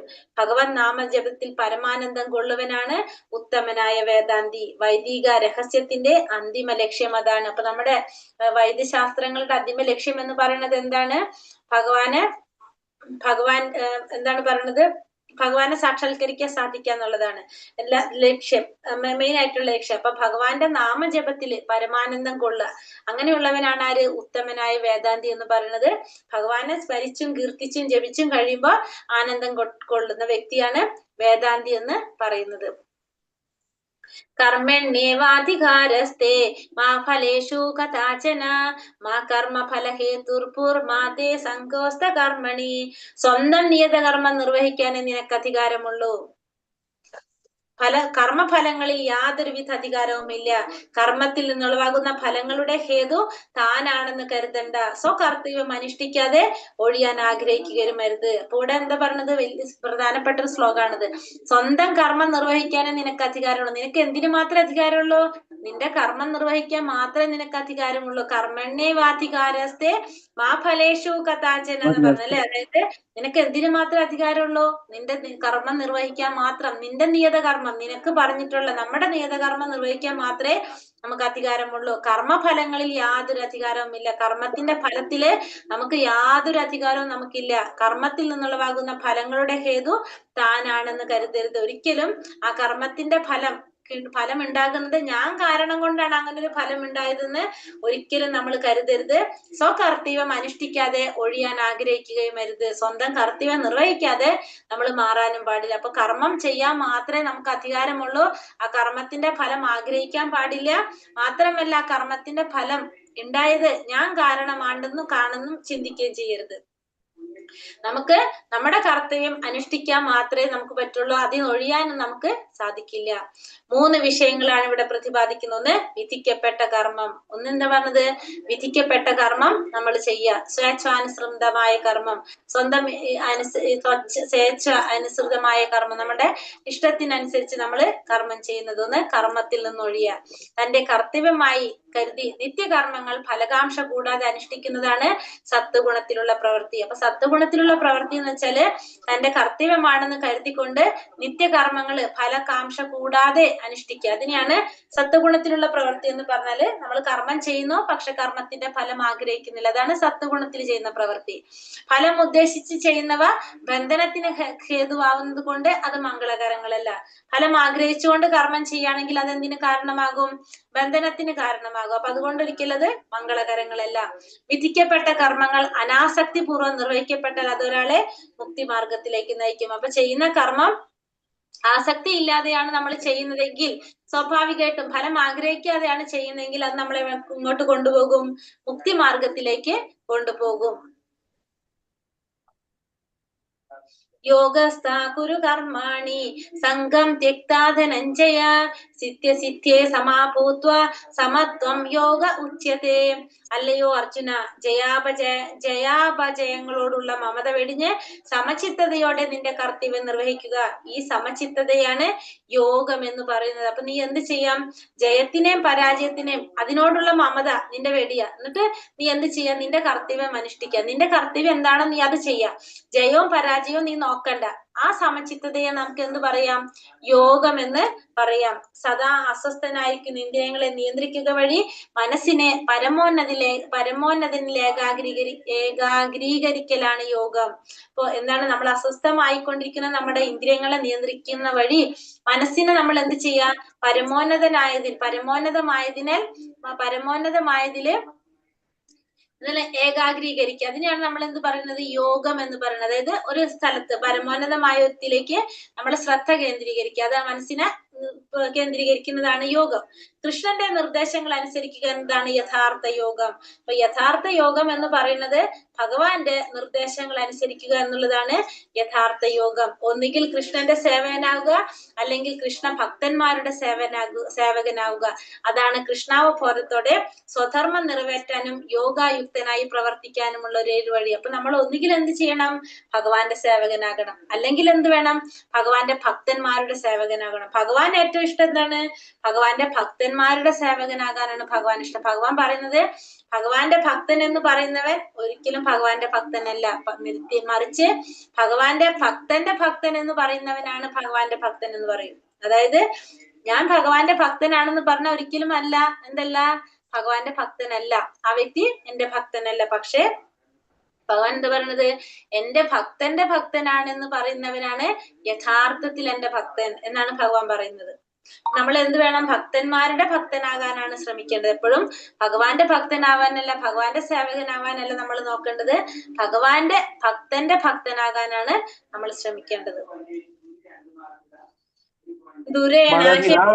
മനസ്സിലായില്ല മാതാജി, അതിന്റെ ഒരു ക്ലാസിഫിക്കേഷൻ മനസ്സിലായില്ല. ഭക്തനും ഭക്തൻ തന്നെയല്ലേ? അതായത് ഭഗവാന്റെ ഭക്തനാന്ന് പറയുന്നതിനേക്കാളും ഭഗവാൻ ഇഷ്ടം ഭഗവാന്റെ ഭക്തന്റെ ഭക്തൻ എന്ന് പറയുന്നതാണ്. അതാണ് മനസ്സിലായില്ലെന്ന് പറഞ്ഞത്. എന്തുകൊണ്ടാണ് അങ്ങനെ പറയുന്നത്? കാരണം വെച്ചിട്ടുണ്ടെങ്കിൽ നമ്മൾ സേവിക്കേണ്ടത് ഭഗവാനെ അല്ല, ഭഗവാൻ എവിടെ ഇരിക്കുന്നത്? ഭഗവാൻ എവിടെ ഇരിക്കുന്നത്? നമ്മുടെ മനസ്സിലെ തന്നെ, ഭക്തന്മാരുടെ ഹൃദയത്തിലല്ലേ? ഭക്തന്മാരുടെ ഹൃദയത്തിലല്ലേ ഭഗവാൻ ഇരിക്കുന്നത്? അപ്പൊ ഭഗവാനെ സേവിക്കുന്നതിനേക്കാളും ഭഗവാന്റെ ഭക്തന്മാരെ സേവിക്കുന്നതാണ് ഭഗവാന് ഏറ്റവും ഇഷ്ടമെന്നാണ് ഭഗവാൻ പറയുന്നത്. ഭഗവാൻ ഏറ്റവും ഇഷ്ടം ഭഗവാന്റെ ഭക്തന്മാരെ സേവിക്കുന്നതാണെന്നാണ് ഭഗവാൻ പറയുന്നത്. ഞാൻ അതിന്റെ പോയിന്റ് ഏതാണെന്ന് കോട്ട് നോക്കിയതാണ്, മനസ്സിലാവും. ഗുരുവിനെ സേവിക്കുന്നതാണ്. ഭക്തനും ഭഗവാനും ഒന്ന് തന്നെയാണെന്നല്ല ഉദ്ദേശിക്കുന്നത്. ഭഗവാന്റെ ശുദ്ധ ഭക്തന്മാരെന്ന് പറഞ്ഞാൽ ഭഗവാൻ തന്നെയാണ്. നമുക്ക് എന്താ പറയാ, ഭക്തിയുടെ സേവനം ചെയ്യാനായിട്ട് നമുക്ക് ആരുടെ കാരുണ്യം ഉണ്ടെങ്കിലേ നമുക്ക് പറ്റുള്ളൂ? ഭക്തന്മാരുടെ കാരുണ്യം ഉണ്ടെങ്കിലേ സാധിക്കുള്ളൂ. ഒരു ശുദ്ധ ഭക്തന്റെ കാരുണ്യം കൊണ്ടാണ് നമുക്ക് ഭക്തിയിൽ ഉറച്ചു നിൽക്കാൻ നമുക്ക് സാധിക്കുന്നത്. നമുക്ക് അതിന് വേണ്ടത് ഭക്തന്റെ കാരുണ്യം. അതായത് നമുക്ക് ഭഗവാനെ നേരിട്ട് പ്രാപിക്കാൻ നമുക്ക് ഒരിക്കലും സാധിക്കില്ല. നമുക്ക് അവിടേക്ക് ആരുടെ പെർമിഷൻ വേണം? ഒരു ശുദ്ധ ഭക്തന്റെ റെക്കമെൻഡേഷൻ ഉണ്ടെങ്കിലേ നമ്മളെ ഭഗവാനെ അക്സെപ്റ്റ് ചെയ്യുള്ളൂ. അങ്ങനെ നമുക്ക് നേരിട്ട് നമുക്കൊന്നും ഭഗവാനെ നേരിട്ട് കൊടുക്കാൻ നമുക്ക് സാധിക്കില്ല. നമുക്ക് എന്ത് വേണം? നമ്മളായ ഒരു പരമ്പര വഴി തന്നെ നമുക്ക് പോകാൻ സാധിക്കുള്ളൂ. അതായത് ഒരു പരമ്പര വഴി, അല്ലെങ്കിൽ ഒരു നമ്മളെ മുന്നിൽ ആരുണ്ടാവും? നമ്മളെ റെക്കമെൻഡ് ചെയ്യാൻ ഒരാൾ വേണം ഭഗവാന്റെ അടുത്ത്. അങ്ങനെയാണ് നമുക്ക് ഭഗവാനെ പ്രാപിക്കാനായിട്ട് നമുക്ക് സാധിക്കുന്നത്. അപ്പൊ അതുകൊണ്ട് നമുക്ക് എപ്പോഴും എന്ത് വേണം? നമുക്കൊരു ഭക്തന്റെ കാരുണ്യം നമുക്ക് വേണം. അതാണ് പറഞ്ഞത്. എപ്പോഴും ഭഗവാൻ പറയുന്നത് ഒരു ശ്ലോകത്തിന്റെ കോട്ടിങ് ആണത്. ഏതാണെന്ന് വിട്ടുപോയത്. അതായത് ഭഗവാൻ പറയുന്നത് എപ്പോഴും എങ്ങനെയാന്ന് വെച്ചാല്, ഭഗവാന്റെ ഭക്തൻ എന്ന് പറയുന്നതിനേക്കാളും ഭഗവാൻ ഇഷ്ടം എന്റെ ഭക്തന്റെ ഭക്തൻ എന്ന് പറയുന്നത്. അതായത് ഒരു ശുദ്ധ ഭക്തന്റെ സേവകനായിട്ടിരിക്കുന്ന വ്യക്തി. നമ്മൾ ഇത്രയും ചിന്തിക്കുക. നമ്മളൊരു ഭക്തനെ സേവിക്കുമ്പോൾ സ്വാഭാവികമായിട്ടും നമ്മൾ എന്താണ്, നമ്മൾ ശരിക്കും നമ്മൾ പറയില്ലേ, ഗുരുവിനെ സേവിക്കുന്ന ശ്ലോകം നമ്മൾ പറഞ്ഞില്ലേ, 4:34 പറയുന്ന തത്വിത്തി പ്രണിപാതേന പരിപ്രശ്നേന സേവയ ഉപദേശജ്ഞാനം ജ്ഞാനിന തത്വദർശനം. അതായത് സേവന മനോഭാവത്തോടെ അത്രയും വിനയമായിട്ടായിരിക്കും നമ്മൾ കാര്യങ്ങൾ ചോദിച്ച് മനസ്സിലാക്കേണ്ടത്, അല്ലെ? അപ്പൊ നമ്മളൊരു അത്രയും സേവനാഭാവത്തിലായിരിക്കണം നമ്മൾ പ്രവർത്തിക്കേണ്ടത്. അപ്പൊ ഒരു ഭക്തന്റെ ഭക്തൻ എന്ന് പറയുമ്പോൾ ആ ഭക്തനോട് നമ്മൾ ആ രീതിയിൽ സേവന ഭാവത്തിൽ നമ്മൾ ചെയ്തു വരുമ്പോഴേ നമ്മൾ അത്രയും എന്താ പറയാ, ഡൗൺ ടു എർത്ത് ആയിരിക്കണം ഭഗവാന്റെ അടുത്ത് എത്താനായിട്ട്. അങ്ങനെയാണ് ഭഗവാൻ പറഞ്ഞത്. അപ്പൊ നമ്മൾ എപ്പോഴും ഇത്ര മനസ്സിലാക്കുക, ഭഗവാൻ ഇരിക്കുന്നത് എപ്പോഴും എവിടെയാണ്? ശുദ്ധ ഭക്തന്മാരുടെ ഹൃദയത്തിലാണ്. ഭഗവാൻ ഇരിക്കുന്നത് ഭക്തരുടെ ഹൃദയത്തിലാണ്. ആ ശുദ്ധ ഭക്തനെ സേവിക്കുമ്പോഴാണ് ഭഗവാൻ കൂടുതൽ സന്തോഷിക്കുന്നത്. മനസ്സിലായോ? നമ്മൾ എങ്ങനെയാ ശുദ്ധഭക്തനെ തിരിച്ചറിയാം? ശുദ്ധഭക്തൻ എന്ന് പറയുന്നത് ഒരു ഗുരു. ഓക്കെ. ആ ഗുരു എന്ന് പറയുമ്പോ ഗുരുവിന്റെ നിർവചനം നമ്മൾ പറയുന്നുണ്ട്. നമുക്കിപ്പോ പ്രഭു പറഞ്ഞ പോലെ നമ്മൾ ഈ കലിയുഗത്തിൽ നമുക്ക് മനസ്സിലാക്കാൻ സാധിക്കണം എന്നില്ല. ഇപ്പൊ ആ പറഞ്ഞ വ്യക്തി, നമ്മളിപ്പോ വിചാരിക്കുന്ന വ്യക്തി, ഇപ്പൊ നമ്മളൊരു വ്യക്തിയെ നമ്മൾ വിചാരിച്ചു നല്ലൊരു ഗുരുവാണെന്ന് ചിന്തിച്ചു, നമ്മൾ തെരഞ്ഞെടുത്തു. പക്ഷെ പിന്നീട് നമുക്ക് മനസ്സിലാകാണ് അത് നമ്മൾ പറയുന്ന രീതിയിലുള്ള ഒരു വ്യക്തിയല്ല എന്ന് ചിന്തിച്ചു കഴിഞ്ഞാൽ അപ്പൊ നമ്മൾ അവിടെ സ്റ്റോപ്പ് ചെയ്യും. കാരണം കറക്റ്റ് ആയിട്ട് നമ്മൾ പറഞ്ഞില്ലേ, ഇപ്പൊ വൈദിക ശാസ്ത്രം അനുസരിച്ച് അത് പാലിക്കാത്തവരാരല്ല, ഗുരുക്കന്മാരല്ല. അപ്പൊ ഒരു ഗുരുവിന് വേണ്ട യോഗ്യതകൾ കറക്റ്റ് ആയിട്ട് പറയുന്നുണ്ട്. വാചോവേഗം, മനസാക്രോധ വേഗം, ജിഹ്വാവേഗം, മുദ്ര ഉപസ്ഥ വേഗം. അതായത് ഈ പറഞ്ഞ എല്ലാ തരത്തിലും ഇന്ദ്രിയങ്ങളെ നിയന്ത്രിക്കാൻ സാധിച്ച വ്യക്തി, ആചരിച്ച് കാണിക്കുന്ന വ്യക്തി. നമ്മള് പ്രവൃത്തി കൊണ്ട് മാത്രം, വാക്കുകൊണ്ട് മാത്രം പോരാ, പ്രവൃത്തിയിലൂടെയും അത് ആചരിച്ച് കാണിക്കുന്ന വ്യക്തിയായിരിക്കും ആര്? ഗുരു. ആ ഗുരുവിന്റെ ലക്ഷ്യം എന്തായിരിക്കണം? നമ്മളെ സാക്ഷാത്കാരത്തിലേക്ക് എത്തിക്കാന്നുള്ളതാണ് ആ ഗുരുവിന്റെ ലക്ഷ്യം. അതുകൊണ്ട് ഗുരുവിനെല്ലാം നമസ്കരിക്കണം എന്ന് പറഞ്ഞാൽ അതല്ലേ മാതാജി? അതെ. പക്ഷെ ആ ഗുരു എങ്ങനെയായിരിക്കണം എന്ന് ആദ്യം നമ്മളിപ്പോ ഗുരുവിനെ എങ്ങനെ തിരിച്ചറിയുന്നല്ലേ ചോദിച്ചത്. അപ്പൊ ആ ഗുരു അങ്ങനെയുള്ള ഒരു വ്യക്തി ആയിരിക്കണം ഗുരു. അങ്ങനെ ഒരു ഗുരുവിനെ നമുക്ക് കിട്ടിക്കഴിഞ്ഞാല് നമുക്ക് നിശ്ചയമായിട്ട് നമുക്ക് എവിടേക്ക് ആരെ സാക്ഷാത്കരിക്കാൻ സാധിക്കും? ഭഗവാനെ സാക്ഷാത്കരിക്കാൻ സാധിക്കും. ആ ഗുരു ആയിരിക്കും നമ്മളെ റെക്കമെൻഡ് ചെയ്യുന്നത്. ഭഗവാന്റെ അടുത്തേക്ക് നമ്മളെ റെക്കമെൻഡ് ചെയ്യുന്നത് ആരാണ്? ആ ഗുരുവാണ് നമ്മളെ റെക്കമെൻഡ് ചെയ്യുന്നത്. മനസ്സിലായോ? മനസ്സിലായി. ഞാൻ ഇതിന്റെ ഇടയിൽ അത് നോക്കിയിട്ട് എനിക്ക് കിട്ടിയില്ല. ഞാനിപ്പോ ഞാൻ പറഞ്ഞ പോയിന്റ് ഏതോ പുരാണത്തിലാണോ ഭാഗവതത്തിലാണോന്ന് അറിയില്ല.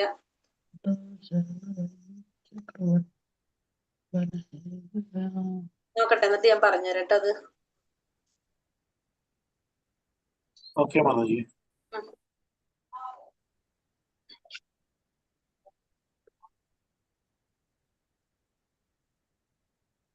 നോക്കിട്ട് പറഞ്ഞുതരാം. ഇന്നലെ എടുത്തതായിരുന്നു ഞാനത്. അതുകൊണ്ടാണ് എന്നെ പെട്ടെന്ന് നോക്കാൻ കാരണം. ഞാൻ ഇന്നലെ ക്ലാസ്സിൽ പറഞ്ഞു കൊടുത്താണല്ലോ എന്ന് വെച്ചിട്ടാണ് പെട്ടെന്ന് എടുത്തത്. പക്ഷെ അത് ഏത് പേജിലാണെന്ന് മനസ്സിലാവുന്നില്ല.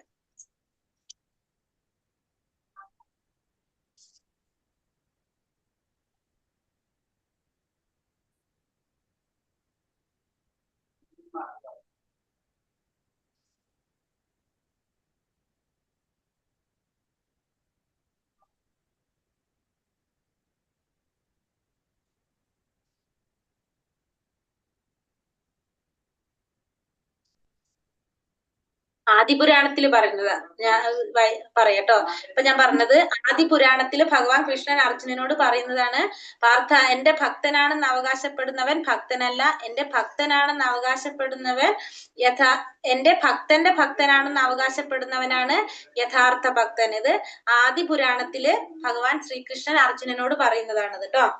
ഞാനിപ്പോ ഈ പറഞ്ഞ പോയിന്റ്. അപ്പൊ അതുകൊണ്ട് നമ്മൾ ആദ്യം എന്ത് ചെയ്യണം? ഒരു ഭക്തനെ, ആത്മീയ ആചാര്യനെ കണ്ടെത്തി അദ്ദേഹത്തെ സേവിക്കണം. എന്നിട്ട് വേണം, അപ്പോഴാണ് അദ്ദേഹമാണ് നമ്മളെ റെക്കമെൻഡ് ചെയ്യുന്നത്. നിങ്ങൾ പഠിക്കും, അടുത്ത 3ാമത്തെ ലെവലിൽ എത്തുമ്പോൾ നമ്മളത് പഠിക്കും. ആദിപുരാണത്തിൽ കുറെ പുരാണങ്ങളും അതൊക്കെ കോട്ട് ചെയ്തിട്ടാണ് നമ്മളെ ക്ലാസ് പോകുന്നത്. അതില് അപ്പൊ ആദിപുരാണത്തിൽ പറയുന്നതാണ് കേട്ടോ. ഹരേ കൃഷ്ണ. പിന്നെ അടുത്തത് ഭഗവാനെ ശരണം പ്രാപിക്കുക, കർമ്മ. ഇത് നമ്മൾ എടുത്തില്ലല്ലോ. ബുദ്ധി യോഗ ധനഞ്ജയ ബുദ്ധൗ ശരണമന്വിച്ച കൃപണ ഫലഹേതവഃ. അല്ലയോ ധനഞ്ജയ, ജുഗുപ്താസാവഹമായ കർമ്മങ്ങളെല്ലാം ഭക്തിയുടെ സേവനത്താൽ അകറ്റി നിർത്തുക. ആ ബോധത്തോടെ ഭഗവാനെ ശരണം പ്രാപിക്കുക. കർമ്മഫലങ്ങൾ അനുഭവിക്കാൻ ആഗ്രഹിക്കുന്നവർ കൃപണരാണ്. അപ്പൊ ധനഞ്ജയ എന്നാ വിളിക്കുന്നത് അല്ലെ. ധനഞ്ജയ എന്ന് വെച്ചാൽ ആരെയാണ് ധനഞ്ജയ എന്ന് വിളിക്കുന്നത്? അർജുനനെ. കാരണം രാജസൂയ യജ്ഞത്തിന് ധനം സമാഹരിച്ചു കൊടുത്തത് കൊണ്ട് അർജുനന് ധനഞ്ജയ എന്നുള്ളൊരു പേര് കൂടിയുണ്ട്. ഈ ജുഗുപ്താസാവഹമായ കർമ്മങ്ങളെല്ലാം ഭക്തിയുടെ സേവനത്താൽ അകറ്റി നിർത്തുക. നമ്മുടെ ഇന്ദ്രിയങ്ങളെ ബാധിക്കുന്ന അല്ലെങ്കിൽ ഭൗതികമായിട്ടുള്ള ആഗ്രഹങ്ങളെ ആക്കുന്നത്, അല്ലെങ്കിൽ മോക്ഷത്തിന് കാരണമാകാത്ത, മോക്ഷത്തിന് സഹായിക്കാത്ത, ഭഗവാനിലേക്ക് അടുപ്പിക്കാത്ത കാര്യങ്ങളൊക്കെ നമ്മൾ എന്ത് ചെയ്യാ? മാറ്റി നിർത്തുക, അകറ്റി നിർത്തുക. നമുക്ക് ഭക്തിയുടെ സേവനം ചെയ്തുകൊണ്ട് അകറ്റി നിർത്താം. ആ ബോധത്തോടെ ഭഗവാനെ ശരണം പ്രാപിക്കുക. കർമ്മത്തിന്റെ ഫലങ്ങൾ അനുഭവിക്കാൻ ആഗ്രഹിക്കുന്നവരാരാണ്? കൃപണന്മാരാണ്. നമ്മൾ നേരത്തെ പറഞ്ഞിട്ടുണ്ടായി അല്ലെ, കൃപണൻ എന്നൊരു വേർഡ് നമ്മൾ നേരത്തെ പഠിച്ചു, പിശുക്കൻ എന്ന് പറഞ്ഞു അല്ലെ. അതായത് നമുക്ക് അതിന്റെ ഒരു അവസരം നമുക്ക് കിട്ടിയിട്ടും നമ്മൾ അത് ഉപയോഗിക്കാതിരിക്കുന്നവര് കൃപണന്മാരാണ്. തന്റെ മൂലസ്വരൂപം ഭഗവാന്റെ നിത്യദാസ്യമാണെന്ന് മനസ്സിലാക്കിയവർ കൃഷ്ണാവബോധത്തോടുള്ള കർമ്മത്തിൽ മാത്രം ഏർപ്പെടുന്നു. അപ്പൊ തന്റെ മൂലസ്വരൂപത്തെ കുറിച്ച് മനസ്സിലാക്കുക. നിത്യദാസ്യമാണ് നമ്മുടെ മൂലസ്വരൂപം എന്ന് മനസ്സിലാക്കുന്നവരെന്ത് ചെയ്യും? കൃഷ്ണാവബോധത്തോടുള്ള കർമ്മത്തില് ഏർപ്പെട്ടുകൊണ്ടിരിക്കും. ഭക്തിയുടെ സേവനമാണ് ജീവാത്മാക്കളുടെ ശരിയായ പ്രവർത്തന പദം. അപ്പൊ ജീവാത്മാക്കളുടെ ശരിയായ പ്രവർത്തന പദം എന്ന് പറയുന്നത് എന്താണ്? ഭക്തിയുടെ സേവനം ചെയ്യുക എന്നുള്ളതാണ്. ഭഗവാൻ ആസ്വാദകനാണ്. നമ്മൾ എന്താണ്? നമ്മൾ ഭഗവാന് സേവനം ചെയ്യേണ്ടവരാണ് നമ്മള്. കൃപണന്മാരെന്ന് വെച്ചാൽ പിശുക്കന്മാരെന്നാണ് പറയുക. കൃപണൻ എന്ന് വെച്ചാൽ പിശുക്കൻ. കൃഷ്ണാവബോധപൂർവമായ പ്രവർത്തനത്തിന് വേണ്ടി സർവശക്തികളും ഉപയോഗിക്കുന്നവർക്ക് ജീവിത വിജയം തീർച്ചയായിട്ടും കൈവരിക്കും. അപ്പൊ കൃഷ്ണാവബോധപൂർവമായിട്ടുള്ള പ്രവർത്തനം അത് ചെയ്യാൻ വേണ്ടിയിട്ട് എല്ലാ ശക്തികളും ഉപയോഗിക്കുന്നവർക്ക് എന്താണ്? ജീവിതത്തില് വിജയം തീർച്ചയായിട്ടും കൈവരിക്കാൻ സാധിക്കും. ബുദ്ധിയുക്തോ ജഹാതീഹ ഉഭേ സുകൃതനോ ദുഷ്കൃതേ തസ്മാത് യോഗായ യുജ്യസ്യ യോഗ കർമ്മസു കൗശലം. ഭക്തിഭരിതമായ സേവനത്തിൽ ഏർപ്പെടുന്നവന് ഇഹലോകത്തിൽ തന്നെ നല്ലതും ചീത്തയുമായ കർമ്മങ്ങളിൽ നിന്ന് മുക്തനാകാം. അതിനാൽ യോഗത്തിനായി യത്നിക്കുക. അല്ലയോ അർജുന, കർമ്മകുശലതയാണ് യോഗം. അപ്പോ ഭക്തിഭരിതമായിട്ടുള്ള സേവനത്തിൽ ഏർപ്പെട്ടിരിക്കുന്ന വ്യക്തിക്ക് ഈ ലോകത്തിൽ തന്നെ എന്ത് ചെയ്യാൻ സാധിക്കും? നല്ലതും ചീത്തയായിട്ടുള്ള കർമ്മങ്ങളിൽ നിന്ന് മുക്തനാകാനായിട്ട് സാധിക്കും. അതുകൊണ്ട് നമുക്ക് എന്ത് ചെയ്യാം? യോഗത്തിനായി യത്നിക്കുക. യോഗം എന്ന് വെച്ചാൽ ഭഗവാനുമായിട്ട് ബന്ധപ്പെടാനായിട്ട് യത്നിക്കുക. അപ്പൊ കർമ്മകുശലതയാണ് എന്ത്? യോഗം എന്ന് പറയുന്നത്. കർമ്മകുശലതയാണ് യോഗം എന്ന് പറയുന്നത്. കർമ്മകുശലത എന്ന് വെച്ചാൽ കൃഷ്ണാവബോധത്തോടെ കൗശലം, കുശലത എന്ന് പറയുന്നത്. കൗശലം എന്നാണ് പറയുന്നത്. കുശലത അതിനെയാണ് നമ്മൾ ഇവിടെ പറയുന്നത് യോഗം എന്ന് പറയുന്നത്. അതായത് നമ്മൾ എന്ത് ചെയ്യുക? കൃഷ്ണാവബോധത്തോടു കൂടി പ്രവർത്തിക്കാനായിട്ട് ശ്രമിക്കുക. അപ്പൊ നമ്മുടെ അജ്ഞതകൾ നീങ്ങും. അപ്പൊ നമുക്ക് ഭഗവാനെ പ്രാപിക്കാനായിട്ട് സാധിക്കും. സർവ്വവിധേനയും കൃഷ്ണ ഭഗവാന് സ്വയം സമർപ്പണം ചെയ്ത് ജനിമൃതികളെയും കർമ്മപ്രതി പ്രവർത്തനങ്ങളുടെയും ചങ്ങലക്കെട്ടിൽ നിന്ന് മുക്തനാകണം. അപ്പൊ കർമ്മകുശലത എന്ന് പറഞ്ഞാൽ എന്താണ്? ഏത് വിധത്തിലും നമ്മൾ എന്ത് ചെയ്യുക? നമ്മൾ ആ കർമ്മത്തിന് പ്രാധാന്യം കൊടുക്കുക. ഭഗവാൻ ചെയ്യുന്ന കർമ്മത്തിന് പ്രാധാന്യം കൊടുക്കുക. അങ്ങനെ കൃഷ്ണന് സ്വയം സമർപ്പണം ചെയ്ത് ജനിമൃതികളിലും കർമ്മപ്രതി പ്രവർത്തനങ്ങളിൽ നിന്നും നമുക്ക് ചങ്ങലക്കെട്ടിൽ നിന്ന് നമുക്ക് മുക്തനാകാനായിട്ട് സാധിക്കും. കർമ്മഫലങ്ങളുടെ ശുദ്ധീകരണത്തിനുതകുന്ന കൃഷ്ണാവബോധത്തോടെ പ്രവർത്തിക്കാൻ അർജുനനെ ഭഗവാൻ ഉപദേശിക്കുന്നു. അപ്പൊ കർമ്മഫലങ്ങൾ ശുദ്ധീകരിക്കാൻ വേണ്ടിയിട്ട് എന്ത് ചെയ്യണം? കൃഷ്ണാവബോധത്തോടു കൂടി പ്രവർത്തിക്കണം. അത് അർജുനനെ ഇവിടെ ഉപദേശിക്കുകയാണ് ഭഗവാൻ. കർമ്മജം ബുദ്ധിയുക്താഹി ഫലം ത്യക്താമനീക്ഷിണ ജന്മഭക്തവിനി നിർമുക്ത പദം ഗച്ഛന്ത്യനാമയം. ഇപ്രകാരം ഭഗവത് ഭക്തി സേവനത്തിൽ ഏർപ്പെട്ടുകൊണ്ട് ഋഷീശ്വരന്മാർ അഥവാ ഭക്തന്മാർ ഭൗതിക ലോകത്തിലെ കർമ്മഫലങ്ങളിൽ നിന്നും മുക്തരാകുന്നു. അങ്ങനെ ജനന മരണ ശൃംഖലയിൽ നിന്നും മോചിതരായി അവർ സകല കഷ്ടതകൾക്കും ഉപരിയായ അവസ്ഥയിൽ എത്തിച്ചേർന്നു.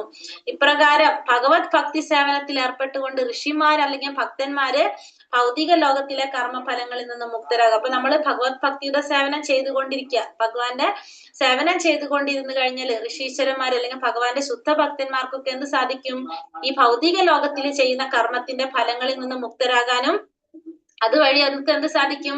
ഈ ജനന മരണ ശൃംഖലയിൽ നിന്ന് മോചിതരായിട്ട് അവർക്ക് ഈ കഷ്ടതകൾ ഇല്ലാത്ത ലോകത്തേക്ക് അല്ലെങ്കിൽ ദുഃഖങ്ങൾ ഇല്ലാത്ത ലോകത്തിലേക്ക് അല്ലെ കുണ്ഠിതങ്ങൾ ഇല്ലാത്ത ലോകത്തിലേക്ക് പോകാനായിട്ട് അങ്ങനെ ഒരു അവസ്ഥയിലേക്ക് എത്തിച്ചേരാനായിട്ട് അവർക്ക് സാധിക്കും. അതായത് ഭഗവാന്റെ സന്നിധിയിലേക്ക് എത്താനായിട്ട് സാധിക്കും.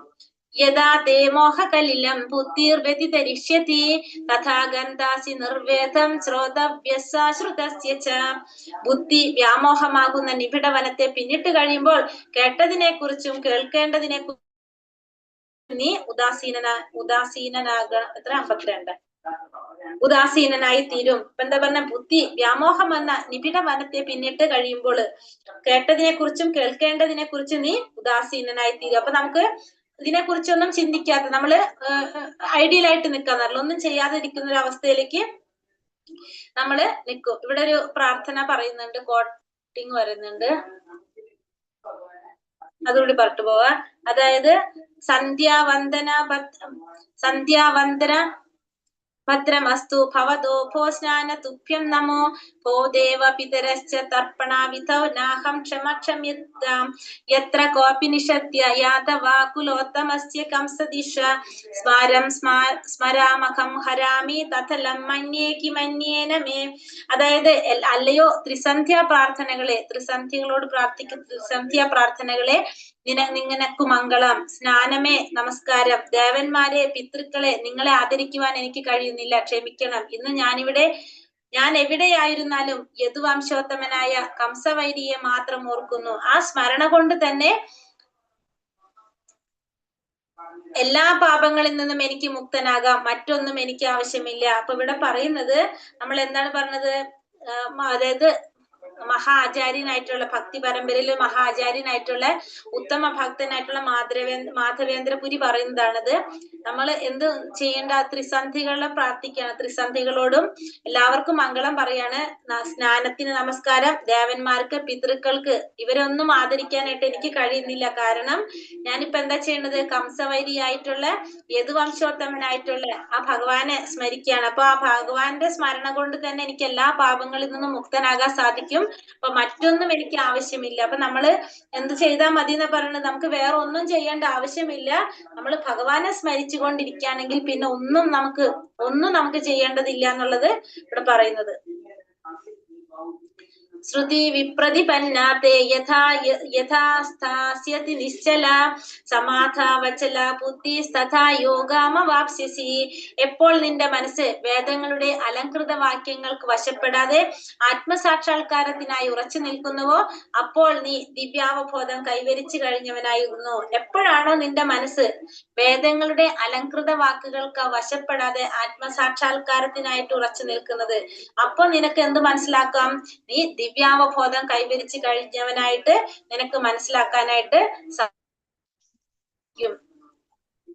അപ്പൊ അർജുനൻ എന്താ ചോദിക്കുന്നത്, സ്ഥിതപ്രജ്ഞസ്യ കാ ഭാഷ സമാധിസ്തസ്യ കേശവ സ്ഥികാധീം കി പ്രഭാഷേത കിമാ സീതാ വ്രചേതകീം. അർജുനൻ ചോദിച്ചു, അല്ലയോ കൃഷ്ണ, ദിവ്യാവബോധസ്ഥിതനായ വ്യക്തിയുടെ ലക്ഷണങ്ങൾ എന്തെല്ലാം, അദ്ദേഹത്തിന്റെ ഭാഷ എന്ത്, സംസാരവും ഇരിപ്പും നടപ്പും എങ്ങനെയായിരിക്കും. അപ്പൊ ഈ ദിവ്യാവബോധസ്ഥിതനായിട്ടുള്ള വ്യക്തിയുടെ ലക്ഷണങ്ങൾ എന്തെല്ലാമാണ്, അദ്ദേഹത്തിന്റെ ഭാഷ എന്താണ്, അദ്ദേഹത്തിന്റെ സംസാരവും ഇരിപ്പും നടപ്പും ഒക്കെ എങ്ങനെയായിരിക്കുമെന്ന് അർജുനനോട് ചോദിക്കണം.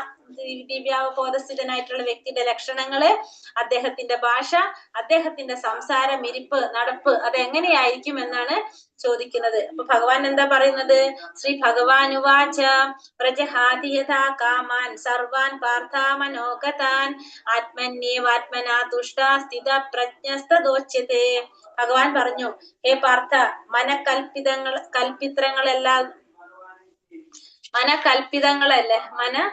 കൽപ്പിതങ്ങളാൽ ഉണ്ടാകുന്ന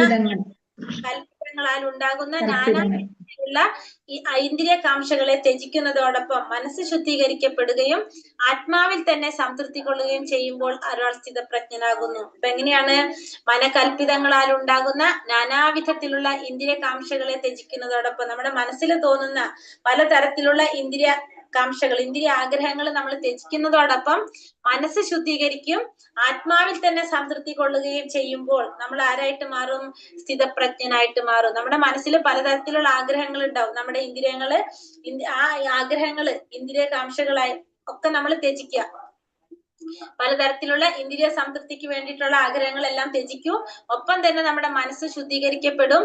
അങ്ങനെ ആത്മാവിൽ സംതൃപ്തി ഉണ്ടായിക്കഴിഞ്ഞാൽ നമ്മൾ ആരാണ്, സ്ഥിതപ്രജ്ഞൻ എന്ന് പറയാം. അങ്ങനെയുള്ള വ്യക്തിയാണ് സ്ഥിതപ്രജ്ഞൻ എന്ന് പറയുന്നത്. പിന്നെന്താണ് പറയുന്നത്, ദുഃഖേഷു ദിഗ്മനഃ സുഖേഷു വിഗതസ്പൃഹ വീതരാഗ ഭയക്രോധ സ്ഥിതാധീർമുനിരുച്യതേ. ത്രിവിധ ക്ലേശങ്ങൾക്ക് നടുവിലും മനസ്സ് പ്രക്ഷുബ്ധമാവാതെയും സുഖത്തിൽ അമിതമായി സന്തോഷിക്കാതെയും ആസക്തി, ഭയം, ക്രോധം ഇവയിൽ നിന്ന് വിമുക്തനായും ഇരിക്കുന്ന വ്യക്തിയെ സ്ഥിതപ്രജ്ഞൻ എന്ന് പറയാം. പിന്നെ അത് മാത്രമല്ല, പിന്നെന്താ പറയണത്, സ്ഥിതപ്രജ്ഞൻ എന്ന് പറഞ്ഞാല് ത്രിവിധ ക്ലേശങ്ങള്, 3 തരത്തിലുള്ള ക്ലേശങ്ങളുടെ നടുവിൽ നമ്മൾ എന്താണ്, പ്രക്ഷുബ്ധനാവുന്നില്ല. നമുക്ക് ക്ലേശങ്ങൾ വരുമ്പോ, ത്രിവിധ ക്ലേശങ്ങൾ വരുമ്പോ നമുക്ക് ഒരിക്കലും എന്ത് സംഭവിക്കുന്നില്ല, നമ്മൾ പ്രക്ഷുബ്ധനാകുന്നില്ല. പിന്നെ സുഖത്തില് അമിതമായി സന്തോഷിക്കുന്നില്ല. ഭയം വരുമ്പോ ആസക്തി, ഭയം, ക്രോധം ഇവയിൽ നിന്ന് വിമുക്തനുമായിരിക്കും നമ്മള് അങ്ങനെ ഉള്ള വ്യക്തിയെ നമുക്ക് എന്ത് പറയാം? സ്ഥിതപ്രജ്ഞൻ എന്ന് പറയാനായിട്ട് സാധിക്കും. അപ്പൊ നമ്മള് സുഖം വരുമ്പോൾ നമ്മൾ സുഖം ഭയങ്കര സുഖിക്കുന്നില്ല, ദുഃഖം വരുമ്പോ ദുഃഖിക്കുന്നുമില്ല. പിന്നെ ത്രിവിധ ക്ലേശങ്ങളുടെ നടുവിൽ നമുക്ക് എന്ത് വരുന്നില്ല? പ്രക്ഷുബ്ധമാകുന്നില്ല മനസ്സ്. ത്രിവിധ ക്ലേശങ്ങൾ എന്ന് പറഞ്ഞാൽ ഏതൊക്കെയാണ്? ആധ്യാത്മികം, ആദി ഭൗതികം, ആദി ദൈവികം. 3 തരത്തിലാണ് ത്രിവിധ ക്ലേശങ്ങൾ എന്ന് പറഞ്ഞത്. 3 പറയുന്നത് ആധ്യാത്മികം, ആദി ഭൗതികം, ആദി ദൈവികം. ഫസ്റ്റത്തത് ആധ്യാത്മികം. ആധ്യാത്മികം എന്ന് വെച്ചിട്ടുണ്ടെങ്കിൽ നമ്മുടെ ശരീരം കൊണ്ടും മനസ്സുകൊണ്ടും ഒക്കെ നമുക്ക് ഉണ്ടാകുന്ന ക്ലേശങ്ങളാണ് ആധ്യാത്മികം. നമുക്ക് അസുഖങ്ങൾ വരുന്നതൊക്കെ ഉണ്ടല്ലോ, ശരീരം കൊണ്ടും മനസ്സുകൊണ്ടൊക്കെ ഉണ്ടാകുന്ന ക്ലേശങ്ങൾ, നമുക്ക് അസുഖങ്ങൾ വരുന്നതൊക്കെ എന്താണ്? ആധ്യാത്മികങ്ങളാണ്. രോഗങ്ങളൊക്കെ വരുന്നത് ആധ്യാത്മികം. രണ്ടാമത്തത് ആദിഭൗതികം. ആദിഭൗതികം എന്ന് വെച്ചാല് മറ്റുള്ള ജീവജാലങ്ങൾ കൊണ്ട് നമുക്ക് ഉണ്ടാകുന്ന ക്ലേശങ്ങളാണ് ആദിഭൗതികം. അതിലിപ്പോ നമ്മുടെ ശത്രുക്കളാകാം, മറ്റുള്ള മൃഗങ്ങളാകാം. അതുകൊണ്ടൊക്കെ നമുക്ക് ഉണ്ടാകുന്ന ക്ലേശങ്ങളെ നമുക്ക് ആദിഭൗതികം എന്ന് പറയാം. രണ്ടാമത്തത് ആദിഭൗതികം. മൂന്നാമത്തത് ആദിദൈവികം. ഭൗതിക പ്രകൃതിയിൽ നിന്നുണ്ടാകുന്ന ദേവന്മാരെ കൊണ്ടൊക്കെ ഉണ്ടാകുന്ന ക്ലേശങ്ങൾ, അതായത് ഭൗതിക പ്രകൃതി കൊണ്ടുണ്ടാകുന്ന ക്ലേശങ്ങളെ ആദി ദൈവികം എന്ന് പറയാം. അതായത് വെള്ളപ്പൊക്കം ഉണ്ടാകുക, ഉരുൾപൊട്ടലുണ്ടാവുക, അങ്ങനെ ഭൗതിക പ്രകൃതി കൊണ്ട് നമുക്ക് ഉണ്ടാകുന്ന പ്രശ്നങ്ങൾ ഉണ്ടല്ലോ, അതിനൊക്കെ നമുക്ക് എന്ത് പറയാം? മഴ, ചൂട്, ഇതൊക്കെ വരില്ലേ, അതൊക്കെ എന്തിൽ വരും? നമ്മളെ ആദി ദൈവികത്തിൽ വരും. അപ്പൊ ത്രിവിധ ക്ലേശങ്ങൾ എന്ന് പറയുന്നത് 3 ഏതൊക്കെയാണ്? ഏതൊക്കെയാണ് 3? ത്രിവിധ ക്ലേശങ്ങൾ ഏതൊക്കെയാണ്? ആധ്യാത്മികം, ആദിഭൗതികം, ആദിദൈവികം. ആധ്യാത്മികം എന്ന് വെച്ചാൽ എന്താണ്? മനസ്സുകൊണ്ടുണ്ടാകുന്ന ക്ലേശങ്ങൾ. മനസ്സുകൊണ്ടുണ്ടാകുന്ന ആധ്യാത്മികം, ആദിഭൗതികം. മനസ്സുകൊണ്ടും ശരീരം കൊണ്ടും ഉണ്ടാകുന്ന ക്ലേശങ്ങളാണ് ആധ്യാത്മികം. ശരീരം കൂടി പറയണ രോഗങ്ങളൊക്കെ വരുന്നതാണ് അതിൽ കേട്ടോ. രോഗങ്ങളൊക്കെ ആധ്യാത്മികത്തിൽ വരുന്നതാണ്. ആദിഭൗതികം എന്ന് പറഞ്ഞാല് മറ്റുള്ള ജീവജാലങ്ങൾ എന്ന് പറഞ്ഞാല് നമ്മുടെ ശത്രുക്കൾ എന്ന് വയ്ക്കും. നമ്മൾ മനുഷ്യരിൽ തന്നെ ശത്രുക്കൾ ഉണ്ടെങ്കിൽ അതും എന്തിൽ വരുന്നതാണ്? ആദി ഭൗതികത്തിൽ വരുന്നതാണ്. മറ്റുള്ള ജീവജാലങ്ങൾ, പിന്നെ മൃഗങ്ങൾ കൊണ്ടോ പക്ഷികൾ കൊണ്ടോ എന്തെങ്കിലും കൊണ്ട് നമുക്ക് എന്തെങ്കിലും ബുദ്ധിമുട്ടുകൾ, പ്രശ്നങ്ങൾ ഉണ്ടായി അതും ആദിഭൗതികമാണ്. പിന്നെ ആദി ദൈവികം എന്ന് പറഞ്ഞാല് ഭൗതിക പ്രകൃതി പ്രകൃതിയിൽ നിന്നുണ്ടാകും ആണ് എന്ത്?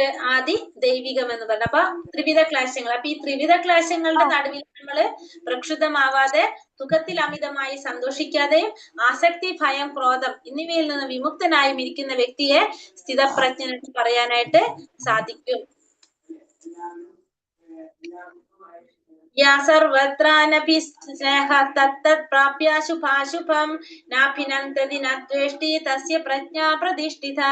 ഈ ഭൗതിക ലോകത്തിൽ തനിക്ക് ലഭിക്കുന്ന നല്ലതോ ചീത്തയോ ആയ ഒന്നിനാലും ബാധിക്കപ്പെടാതെയും അവയെ പുകഴ്ത്തുകയോ പുച്ഛിക്കുകയോ ചെയ്യാതെയും വർത്തിക്കുന്നവനാണ് സമ്പൂർണ്ണ ജ്ഞാനത്തിൽ ഉറച്ചു നിൽക്കുന്നവൻ. അപ്പൊ ഈ ഭൗതിക ലോകത്തില് തനിക്ക് ലഭിക്കുന്ന ഒന്നും ബാധിക്കുന്നില്ല. നല്ലതായാലും ചീത്തയായും അത് ആ വ്യക്തിയെ ബാധിക്കാതെ അതിനെ പുകഴ്ത്തുന്നില്ല, പുച്ഛിക്കുന്നില്ല.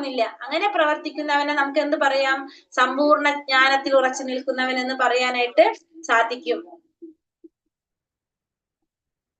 ഭൗതിക പരിപ്രവർത്തനങ്ങളിൽ അസ്വസ്ഥനാകാതെ നന്മതിന്മകളുടെ ബാധ ഏൽക്കാതെയുള്ള ഭക്തനെ കൃഷ്ണാവബോധം ഉറച്ചവനാണ്. അപ്പോ ഭൗതികമായിട്ടുള്ള ഒരു തരത്തിലുള്ള പ്രവർത്തനങ്ങളിലും അസ്വസ്ഥനാകാതെ, നന്മ തിന്മ അതിനെക്കുറിച്ചുള്ള ബാധ്യത അതൊന്നും ഏൽക്കാതെ അങ്ങനെയുള്ള ഒരു ഭക്തനാണ് ആര്? കൃഷ്ണാവബോധം ഉറച്ച ഭക്തൻ. കൃഷ്ണനിൽ മാത്രം താല്പര്യമുള്ള കൃഷ്ണാവബോധത്തിൽ ഉറച്ച ഭക്തനെ ദ്വന്ദ്ങ്ങൾ ബാധിക്കുകയില്ല. ആ വിധത്തിലുള്ള കൃഷ്ണാവബോധം സമാധി എന്നറിയപ്പെടുന്ന തികഞ്ഞ അതീന്ദ്രിയ അവസ്ഥയിലേക്ക് ജീവാത്മാവിനെ എത്തിക്കുന്നു. അപ്പൊ കൃഷ്ണനിൽ മാത്രം താല്പര്യമുള്ള കൃഷ്ണാവബോധത്തിൽ ഉറച്ച ഭക്തനെ എന്ത് ബാധിക്കുന്നില്ല? ദ്വന്ദ്ങ്ങള് ബാധിക്കുന്നില്ല. ആ വിധത്തില് കൃഷ്ണാവബോധം ഇതാണ് സമാധി എന്നറിയപ്പെടുന്ന തികഞ്ഞ അതീന്ദ്രിയാവസ്ഥയിലേക്ക് ജീവാത്മാവിനെ എത്തിക്കുക. അപ്പൊ ഭഗവാനിൽ മാത്രം താല്പര്യം ഉണ്ടാവുക. അപ്പൊ കൃഷ്ണാവബോധത്തിൽ ഉറച്ച വ്യക്തി ഒരിക്കലും ദ്വന്ദ്ങ്ങൾ അല്ലെ, അതാണോ ഇതാണോ എന്നുള്ളൊരു കാര്യം ആരെ ബാധിക്കില്ല? കൃഷ്ണാവബോധത്തിലുള്ള ഒരു വ്യക്തിയെ ബാധിക്കില്ല. അപ്പൊ അങ്ങനെയുള്ള ഒരു വ്യക്തിക്ക് എപ്പോഴും എങ്ങനെയായിരിക്കും?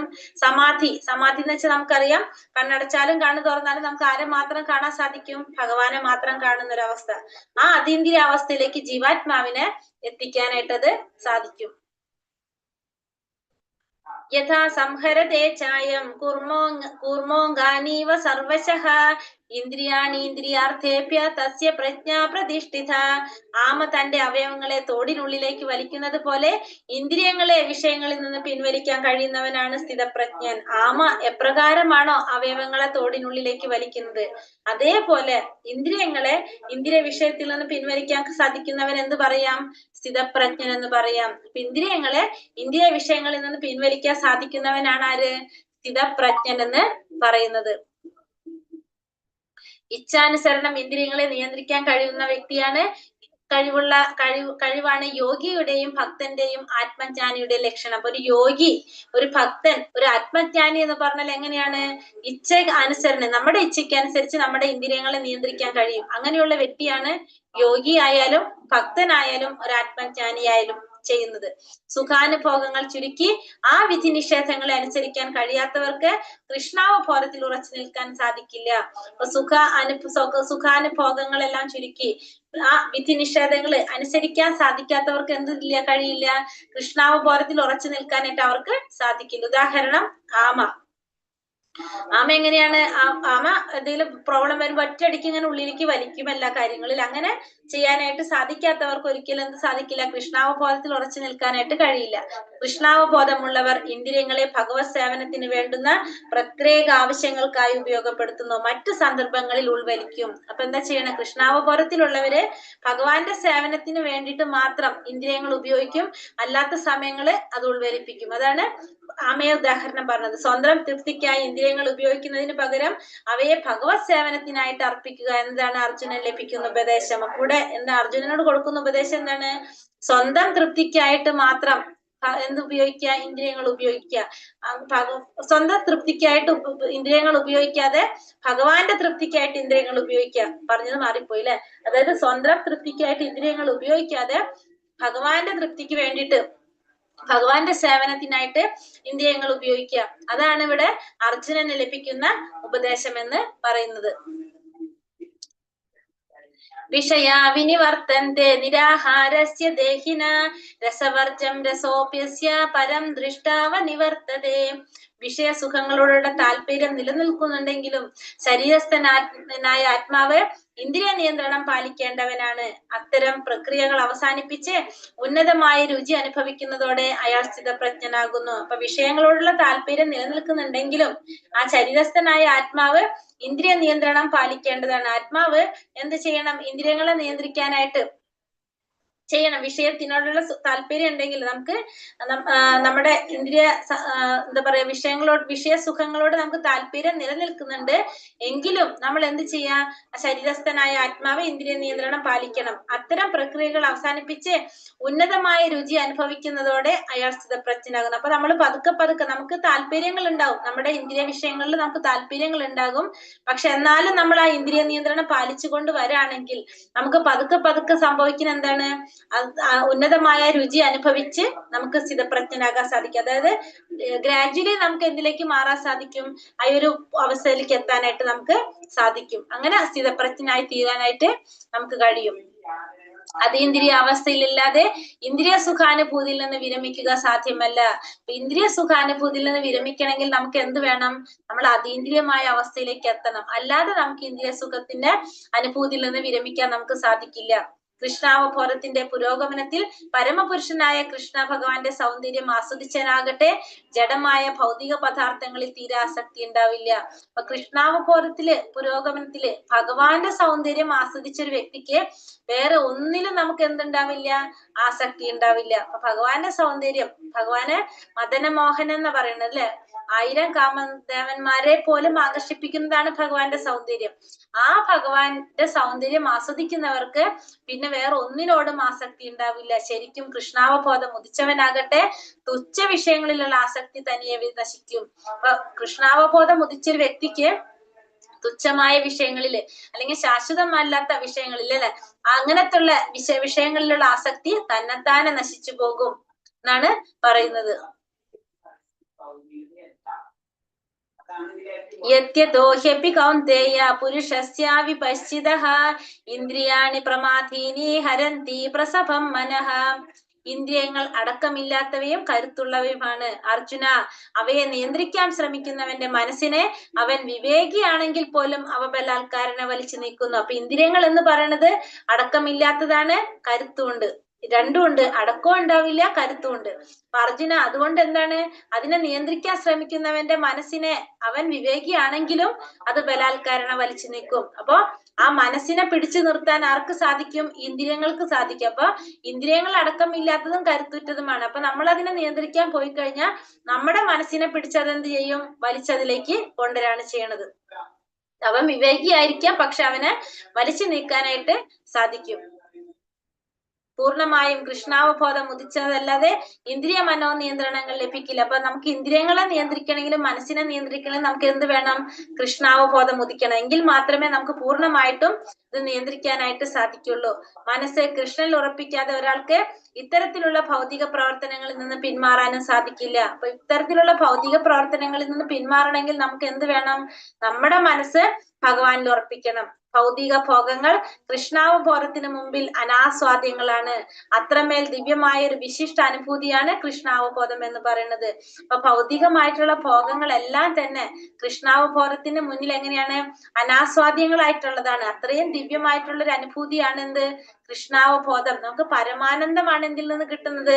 കൃഷ്ണാവബോധത്തിൽ നിന്ന് കിട്ടുന്നത്. വിശക്കുന്ന ഒരാൾക്ക് പോഷകങ്ങളായ ഭക്ഷ്യപദാർത്ഥങ്ങൾ വേണ്ടുവോളം ആസ്വദിച്ചാൽ ഉണ്ടാകുന്നത് പോലെ ഒരനുഭവമാണിത്. അതായത് വിശന്നിരിക്കുന്ന ഒരു വ്യക്തിക്ക് ഭക്ഷണം കിട്ടിയാലുള്ള അവസ്ഥ എന്താണ്?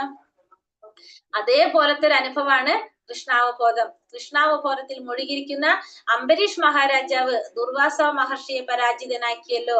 സവൈമന കൃഷ്ണ പാതാരവിന്ദയോർ വാംചാസി വൈകുണ്ഠ ഗുണാനുവർണ്ണനെ. അതായത് കൃഷ്ണാവബോധത്തിൽ മുഴുകിയിരിക്കുന്ന അംബരീഷ് മഹാരാജാവ് ദുർവാസ മഹർഷിയെ പരാജയപ്പെടുത്തിയത് എങ്ങനെയാണ്? കേട്ടിട്ടുണ്ടോ അത്? ഹരേ കൃഷ്ണ. ദുർവാസ മഹർഷിയെ എങ്ങനെ കൃഷ്ണാവബോധത്തിലിരിക്കുന്ന അംബരീഷ് മഹാരാജാവ് പരാജയപ്പെടുത്തിയത് എങ്ങനെയാണ്? അറിയാവോ? ഒച്ചയൊന്നും കേൾക്കേണ്ടോടെ ഉണ്ടോന്ന് അറിയാൻ വേണ്ടിട്ട് ഞാൻ സ്ലൈഡ് ഓഫ് ചെയ്തിട്ട് ചോദിച്ചത്. ഉറങ്ങിയോന്ന് അറിയില്ല, കുറച്ചു കാലം ശ്ലോകങ്ങൾ ഇങ്ങനെ എടുക്കായിരുന്നല്ലോ. അംബരീഷ രാജാവിന്റെ ഏകാദശി മുടക്കാൻ വേണ്ടിട്ടാണ്. അതായത് അംബരീഷ് മഹാരാജാവ് ഭഗവാന്റെ ഭക്തനാണ് അല്ലെ? ദുർവാസാവ് മഹർഷിയാണ്. കൃഷ്ണാവബോധത്തോടുകൂടി പ്രവർത്തിക്കുന്ന വ്യക്തിയാണ് ആര്? അംബരീഷ് മഹാരാജാവ്. അപ്പൊ ഏകാദശി വ്രതം എടുത്തു. ഏകാദശി പാരണം വിടേണ്ട സമയപ്പോഴേക്ക് ദുർവാസ മഹർഷി വന്നു അംബരീഷ് മഹാരാജാവിന്റെ അടുത്തേക്ക്. അപ്പോ പാരണം പറഞ്ഞു, ഞാൻ പോയിട്ട് വേഗം പോയി കുളിച്ചിട്ട് വരാന്ന് പറഞ്ഞു. അപ്പൊ എന്നിട്ട് പാരണം വിടാന്ന് പറയും. അപ്പൊ ശരി, ഓക്കെ. ദുർവാസ മഹർഷി പക്ഷെ പോയിട്ട് കുറച്ച് സമയം പിടിക്കും വരാനായിട്ട്.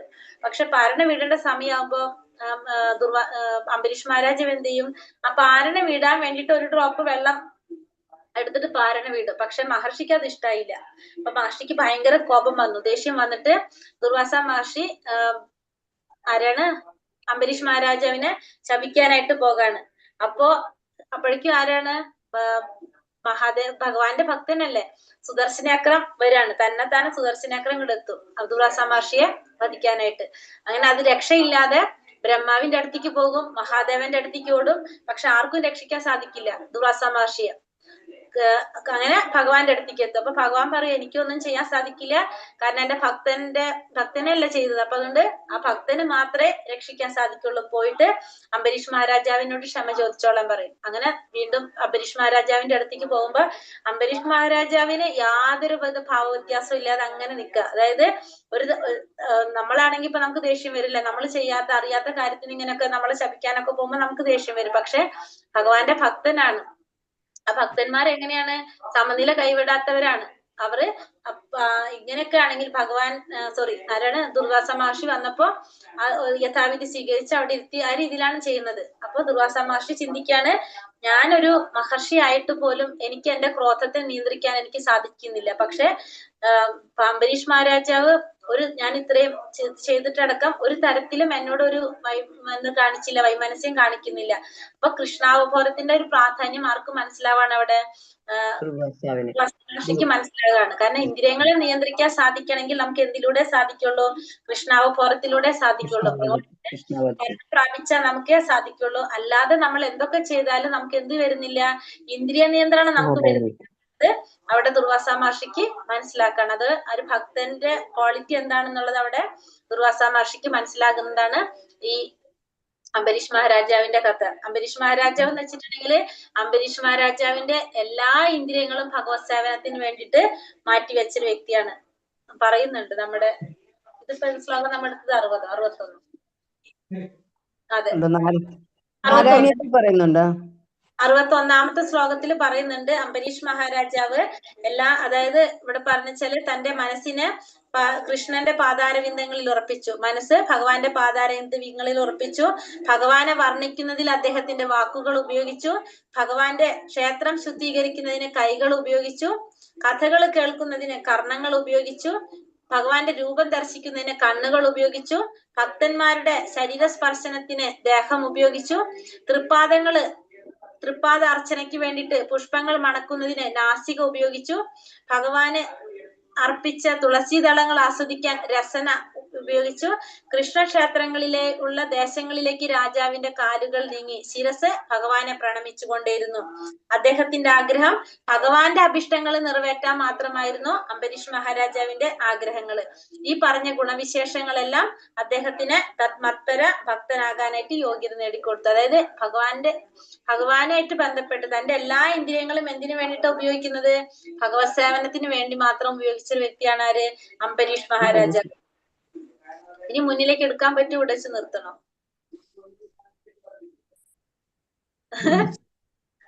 ഉടച്ചു നിർത്താൻ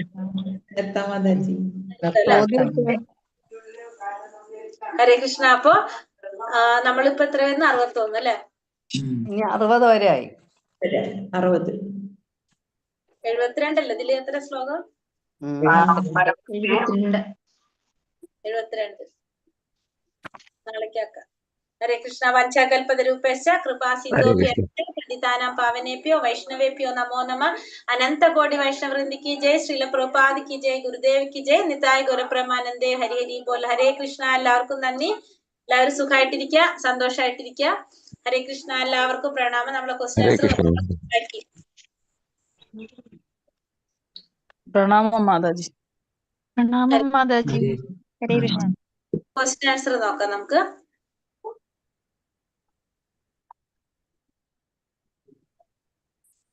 നിങ്ങൾ ഇന്ന് വസന്ത പഞ്ചമിയുടെ ഇന്നലത്തെ പിക്ചർ ഇത് കണ്ടിരുന്നോ? വീഡിയോ കണ്ടിരുന്നോ ഗ്രൂപ്പില്?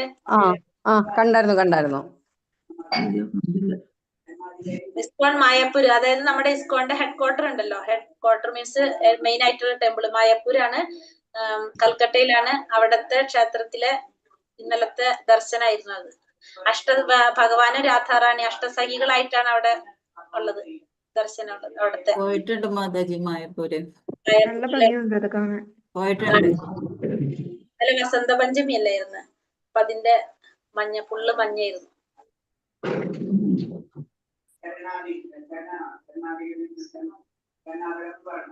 നമ്മൾ എത്ര വരെ നോക്കിയത്?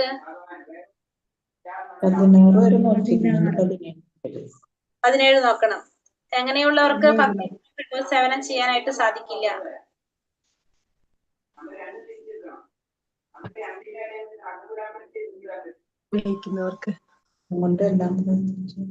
എന്ത്? ഭൗതിക ഐശ്വര്യത്തിലും സുഖാനുഭവങ്ങളിലും അല്ലേ? ഭോഗൈശ്വര്യ പ്രസക്താനാം ദയാബഹൃത ചേതസ്, അതല്ലേ പറഞ്ഞ ശ്ലോകം? ഭൗതിക ഐശ്വര്യത്തിലും സുഖാനുഭവങ്ങളിലും അത്യാസക്തരായവർക്കും ഇവകളിൽ പരിഭ്രാന്തമായവർക്കും ഭക്തിപൂർവം ഭഗവത് സേവനം നടത്താൻ സാധിക്കുന്നില്ല. ഉണ്ടാവില്ല. 44ാമത്തെ ശ്ലോകം പറയുന്നത്. 44. വേദങ്ങളുടെ മുഖ്യ വിഷയം എന്താണ്?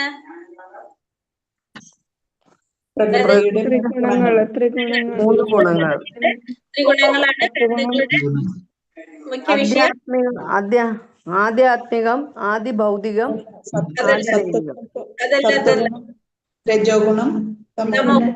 അതല്ല മാതാജി. മാതാജി പറഞ്ഞ തെറ്റാണ്. വേദങ്ങളുടെ മുഖ്യ വിഷയം. ത്രിഗുണങ്ങള്, ഭൗതിക പ്രകൃതിയുടെ ത്രിഗുണങ്ങളാണ് വേദങ്ങളുടെ മുഖ്യ വിഷയം. വേദങ്ങളുടെ മുഖ്യ വിഷയം ഭൗതിക പ്രകൃതിയുടെ ത്രിഗുണങ്ങളാണ്. സത്വഗുണം, തമോ ഗുണം, രജോ ഗുണം. ഒരു ഉത്തമനായ വേദന്തി ആരാണ്? ഭഗവാന്റെ നാമജപത്തിൽ പരമാനന്ദം കൊള്ളുന്നു. പരമാനന്ദം കൊള്ളുന്നവനാണ് ഉത്തമനായ വേദാന്തി. വേദാന്തി നാമജപത്തില് പരമാനന്ദം കൊള്ളുന്ന വ്യക്തി. ജീവാത്മാക്കളുടെ ശരിയായ പ്രവർത്തന പഥം ഏതാണ്? ഭക്തിയുത സേവനം ചെയ്യുന്നു. ചെയ്യാന്നുള്ളതാണ് അല്ലെ, ഭക്തിയുത സേവനം ചെയ്യാന്നുള്ളതാണ് പരമമായ പ്രവർത്തന പഥം. ഒരാൾ സ്ഥിതപ്രജ്ഞനാകുന്നത് എപ്പോഴാണ്? ഇന്ദ്രിയ വിഷയങ്ങളെ ഇന്ദ്രിയങ്ങൾക്ക് അതീതനാകും. ഇന്ദ്രിയ വിഷയങ്ങളിൽ നിന്ന് വിരക്തി. ഇന്ദ്രിയ വിഷയങ്ങളിൽ നിന്നും മോചിപ്പിക്കുമ്പോ അല്ലെ, അതിൽ നിന്ന് മാറ്റുമ്പോഴാണ് ഒരു വ്യക്തി സ്ഥിതപ്രജ്ഞനാകുന്നത്. പിന്നെ വന്നിട്ട് അടുത്തതും എടുത്തിട്ടുണ്ട്. ത്രിവിധ ക്ലേശങ്ങൾ ഏതൊക്കെയാണ്? ആധ്യാത്മികം, ആധ്യാത്മികം, ആദിദൈവികം. ആധ്യാത്മികം, ആദിഭൗതികം, ആദിദൈവികം, അതാണ് ത്രിവിധ ക്ലേശങ്ങള്. അടുത്ത നമ്മൾ പറഞ്ഞിട്ടുണ്ടാവില്ല, ഇന്ദ്രിയ വിഷയങ്ങളെ പറ്റി ചിന്തിച്ചുകൊണ്ടിരിക്കുന്ന മാറ്റങ്ങൾ എടുത്തിട്ടില്ല. ഇതുവരെ നമ്മൾ എടുത്തിട്ടുള്ളൂ അല്ലെ. നാളെ ഇപ്പൊ രണ്ടാമത്തെ ഇതില്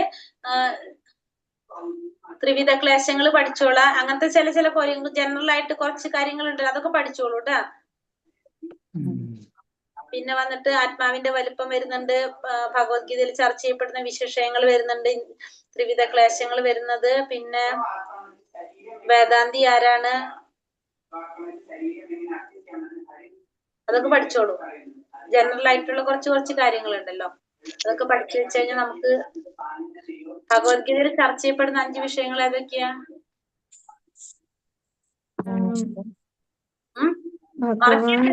ഭക്തി, ജ്ഞാനം, ഭഗവാൻ, ജീവാത്മാവ്, ഭൗതിക പ്രപഞ്ചം, പരമാത്മാവ്, ഭൗതിക പ്രകൃതി, കാലം, കർമ്മം. ഇതിനൊന്നും ബുക്ക് കർമ്മം. ഇല്ല, നമുക്ക് ആലോചിച്ചറിയാം. നമ്മൾ ഇതിൽ ഏറ്റവും കൂടുതൽ പറയുന്ന കാര്യങ്ങൾ എന്തൊക്കെയാണ്? ഭഗവാനെ കുറിച്ച് പറയുന്നുണ്ട്, ആത്മാവിനെ കുറിച്ച് പറയുന്നുണ്ട്, ഭൗതിക പ്രകൃതിയെ കുറിച്ച് പറയുന്നുണ്ട്, കർമ്മം, കാലം. കർമ്മം. ഇത് പഠിക്കാണ്ട് തന്നെ നമുക്ക് പറയാൻ പറ്റും. ഏറ്റവും കൂടുതൽ പറയുന്ന കാര്യങ്ങൾ ഇതൊക്കെ തന്നെയാണ് ഇതിൽ അല്ലെ. അപ്പൊ അതാണ് ചർച്ച ചെയ്യപ്പെടുന്ന 5 വിഷയങ്ങള്. പിന്നെ ആത്മാവിന്റെ വലിപ്പം എത്രയാണ്?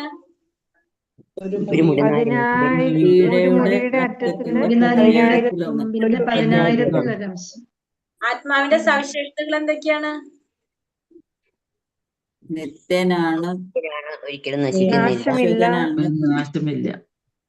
അദൃശ്യനാണ്, ചിന്ത്യനാണ്, അദൃശ്യനാണ്. പിന്നെ അതിനെ നനയ്ക്കാൻ സാധിക്കുമോ? മുറിക്കാനും ഭൗതിക ആയുധങ്ങളാൽ നശിപ്പിക്കാൻ സാധിക്കത്തില്ല, തീയില് കഴിക്കാൻ പറ്റത്തില്ല, വെള്ളത്തിൽ നനയ്ക്കാൻ പറ്റത്തില്ല, അപരിമേയനാണ്, ഒന്നും ചെയ്യാം. അജനാണ്, നിത്യനാണ്, ശാശ്വതനാണ് അല്ലെ, ഒരിക്കലും നാശമില്ലാത്തതാണ് ആത്മാവെന്ന് പറയുന്നത്.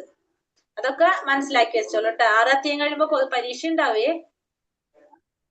ലെവൽ 1 ക്വസ്റ്റ്യൻ പോലെ തന്നെയാണോ മാതാജി? ഓപ്ഷൻ ഉണ്ടാവില്ല ഇവിടെ. അയ്യോ,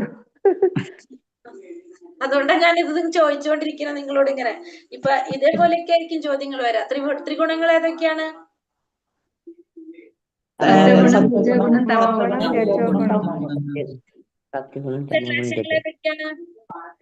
ആധ്യാത്മികം, ആദിഭൗതികം, ആദിദൈവികം. ദൈവികം അല്ലെ. ഇങ്ങനത്തെയൊക്കെ ആയിരിക്കും ചോദ്യങ്ങൾ ഉണ്ടാവുക. അപ്പൊ ഇതിൽ ഞാൻ എന്തൊന്നും പറഞ്ഞിട്ട് ഓപ്ഷൻ തരാനാ നിങ്ങൾക്ക്? അപ്പൊ അതുകൊണ്ട് അങ്ങനത്തെ കാര്യങ്ങൾ പഠിക്കുക. ത്രിവിധ ക്ലേശങ്ങൾ പഠിച്ചു, ത്രിഗുണങ്ങൾ പഠിച്ചു, പിന്നെ നമ്മള് ഇതിൽ ചർച്ച ചെയ്യപ്പെടുന്ന 5 വിഷയങ്ങൾ പഠിച്ചു, ആത്മാവിന്റെ സവിശേഷതകൾ പഠിച്ചു, ആത്മാവിന്റെ വലുപ്പം പഠിച്ചു. പിന്നെ 1-ാമത്തെ അധ്യായത്തിൽ എന്തൊക്കെ നമ്മൾ കുറച്ച് പഠിച്ചിട്ടുള്ളത്? അതില് ശ്ലോകങ്ങളിൽ എത്ര ശ്ലോകങ്ങൾ ഉണ്ടെന്ന് നമുക്കറിയാം. ഭഗവാൻ എത്ര ശ്ലോകങ്ങൾ പറയുന്നുണ്ട് ഓർമ്മയുണ്ടോ? 574 ശ്ലോകങ്ങള് ഭഗവാൻ പറയുന്നുണ്ട് അല്ലെ. പിന്നെ അർജുന യുദ്ധം ചെയ്യാതിരിക്കാൻ പറയുന്ന കാരണങ്ങള് 5 കാരണങ്ങൾ, യുദ്ധം ചെയ്യാതിരിക്കാൻ 5 കാരണങ്ങൾ പറയുന്നുണ്ട്. അർജുനൻ വിജയിക്കുന്നു പറയുന്ന 9 കാരണങ്ങളുണ്ട്. അർജുൻ വിജയിക്കുന്നു പറയുന്ന കാരണങ്ങളുണ്ടല്ലോ, 9 ലക്ഷണങ്ങൾ നമ്മൾ അതിൽ പറഞ്ഞു. ധർമ്മക്ഷേത്രം, കവിത്വജൊടി, ഏകാദശി, ദിവ്യമായ രഥം, പിന്നെ കണ്ണണ്ടാണോ പറയുന്നത്? മാതാജി രഥമായ രഥം കപിധ്വജം ദിവ്യശംഖ് ശംഖനാഥം ഗാണ്ഡീവം ഗാന്ധീവ ജീവിതം ജീവിതം ലക്ഷ്മി ദേവി ലക്ഷ്മി ഭാഗ്യലക്ഷ്മി ദേവി വിശേഷം. നിങ്ങൾ ഇങ്ങനെ ചോദിച്ചാൽ മതി. ഫസ്റ്റത്തെ ശ്ലോകം തുടങ്ങുന്നത് കുരുക്ഷേത്രം അല്ലെ, അപ്പൊ ധർമ്മഭൂമിയാണത്. അപ്പൊ ഫസ്റ്റത്തെ എന്താ പറയുന്ന ധർമ്മഭൂമിയാണത് അല്ലെ, ധർമ്മക്ഷേത്രാണ്. പിന്നെ നമുക്ക് അടുത്തത് എവിടേക്ക് പറയാം? ദിവ്യമായ രഥം. രഥത്തിനെടുക്കും. അപ്പൊ രഥം ദിവ്യമായ രഥാണ്. രഥത്തില് ഭഗവാനുണ്ട്, ശംഖനാഥം ലക്ഷ്മി ദേവി ഉണ്ട്, ഭഗവാൻ ഗാണ്ഡീവം വില്ല്, ഗാണ്ഡീവം. ഒരു മിനിറ്റ്, ഞാൻ പറഞ്ഞിരുമ്പോ നിങ്ങൾക്ക് ഓർമ്മിക്കാൻ വേണ്ടിട്ട് പറഞ്ഞിരുന്നതാ. ഫസ്റ്റത്തെ നമ്മള് പറഞ്ഞു യുദ്ധഭൂമിനെ കുറിച്ച് ചിന്തിക്കുക. അപ്പൊ നമുക്കറിയാം ധർമ്മക്ഷേത്രമാണെന്ന്. പിന്നെ നമുക്ക് രഥം എടുക്കാം. രഥം എടുക്കുമ്പോ ആ രഥത്തില് ആരുണ്ട്? ഭഗവാനുണ്ട്. ഭഗവാൻ ഉണ്ടെങ്കിൽ ലക്ഷ്മി ദേവി ഉണ്ട്. പിന്നെ കൊടിയടയാള ഹനുമാൻ ഉണ്ട്. ആ രഥം എന്ന് പറയുന്നത് അഗ്നിദേവൻ സമ്മാനിച്ചതാണ്. എല്ലാവരുടെയും വിജയം മാത്രമേ ഉള്ളൂ അല്ലെ. അപ്പൊ ഇത്രയും കാര്യങ്ങൾ ആ രഥത്തില്. പിന്നെ അർജുനന്റെ കൂടെ, അർജുനന്റെ കയ്യിൽ എന്തുണ്ട്? ഗാണ്ഡീവമുണ്ട് അല്ലെ. അപ്പൊ ഗാണ്ഡീവം വന്നു. ആ രഥത്തിൽ എന്തൊക്കെ നമുക്ക് ഉദ്ദേശിക്കാം. പിന്നെ നമുക്ക് അതിന് മുന്നേ വേണിച്ച ശംഖിനെ കുറിച്ച് പറയാം. ശംഖ് ഉദാഹരണം പറ്റില്ല. അപ്പൊ ശംഖ് ദിവ്യമായ ശംഖാണ്. പിന്നെങ്കിൽ 2 പോയിന്റ് കൂടി വരുന്നത് ഏതൊക്കെയാണ്? ഒന്ന് മോക്ഷ ഏകാദശി വരുന്നുണ്ട്, പിന്നെ വന്നിട്ട് തെക്തജീവിതം വരുന്നുണ്ട്. ഒരെണ്ണം കൂടി വിട്ടല്ലോ, ഒരെണ്ണം കൂടി വിട്ടുന്നില്ല. ഏത് പോയിന്റ് വിട്ടത്? ഋഷികേശ്, ഋഷികേശ് ഭഗവാൻ ഉണ്ടെന്ന് പറഞ്ഞല്ലോ. ശംഖനാഥം. അത് പറഞ്ഞു, എല്ലാം പറഞ്ഞു. എണ്ണിന്റെ കുഴപ്പമാണ് അല്ലെ. അപ്പൊ അതൊക്കെ തെക്തജീവിത ഒന്നുകൂടെ ഒന്ന് പറയുമോ? തെക്തജീവിത എന്താണ് ഉദ്ദേശിക്കുന്നത്? തെക്തജീവിതം എന്ന് വെച്ചിട്ടുണ്ടെങ്കില് യുധിഷ്ഠിരനല്ലല്ലോ, ദുര്യോധനൻ പറയുന്നുണ്ട് ആചാര്യന്റെ അടുത്ത് ചെന്നിട്ട്, എനിക്ക് വേണ്ടിട്ട് ജീവൻ കളയാൻ വേണ്ടി വന്നിരിക്കുന്നവരെ കുറിച്ചിട്ട്, എനിക്ക് വേണ്ടി ജീവിതം കളയാൻ വേണ്ടിട്ട്, എന്താ പറയാ, ജീവൻ കളയാൻ വേണ്ടി വന്നിരിക്കുന്നവരെ കുറിച്ച് പറയാണ് അവിടെ. അതായത് ദുര്യോധനന് വേണ്ടിട്ട് ജീവൻ കളയാൻ വേണ്ടി വന്നിരിക്കുന്നവരാണെന്ന് ദുര്യോധനൻ പറയണം. അപ്പൊ ദുര്യോധനന് വേണ്ടിട്ട് ജീവൻ കളയാന്ന് വെച്ചാൽ അവരൊക്കെ മരണപ്പെടാണ്.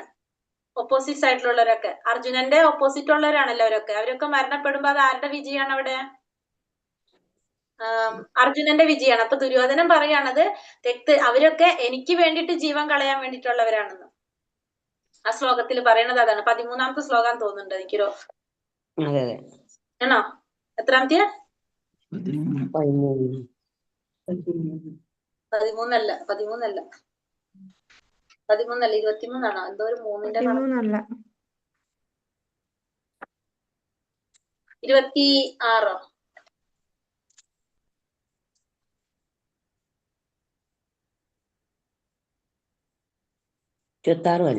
അതല്ലല്ലോ.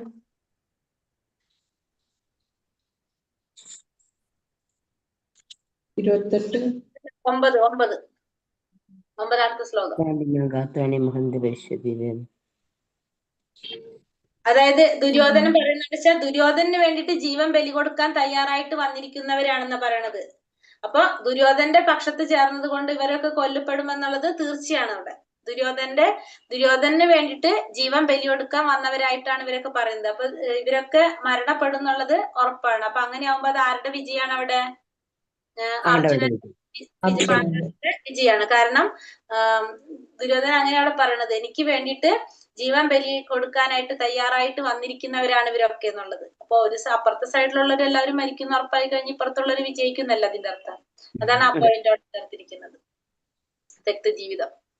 അപ്പൊ അത് അങ്ങനെ പഠിച്ചാൽ നമുക്ക് കിട്ടും. പിന്നെ 5 കാരണങ്ങള് അറിയാലോ നമുക്ക്. ഏതൊക്കെയാണ്? മൃദുല ഹൃദയത്വം, ഭൗതികമായ സുഖാനുഭവങ്ങള്, പാപം, പിന്നെന്തൊക്കെ പറഞ്ഞത്? കുടുംബ പാരമ്പര്യം, തീരുമാനമെടുക്കാൻ പറ്റാത്ത അവസ്ഥ. അപ്പൊ അത്ര. പിന്നെ 6 അക്രമികൾ ഉണ്ട് അല്ലെ അതില്. 6 അക്രമികൾ പറയുന്നില്ലേ? വിഷം കൊടുക്കുന്ന, ഭൂമി കൈയേറുന്നവൻ, തീവെക്കുന്നവൻ,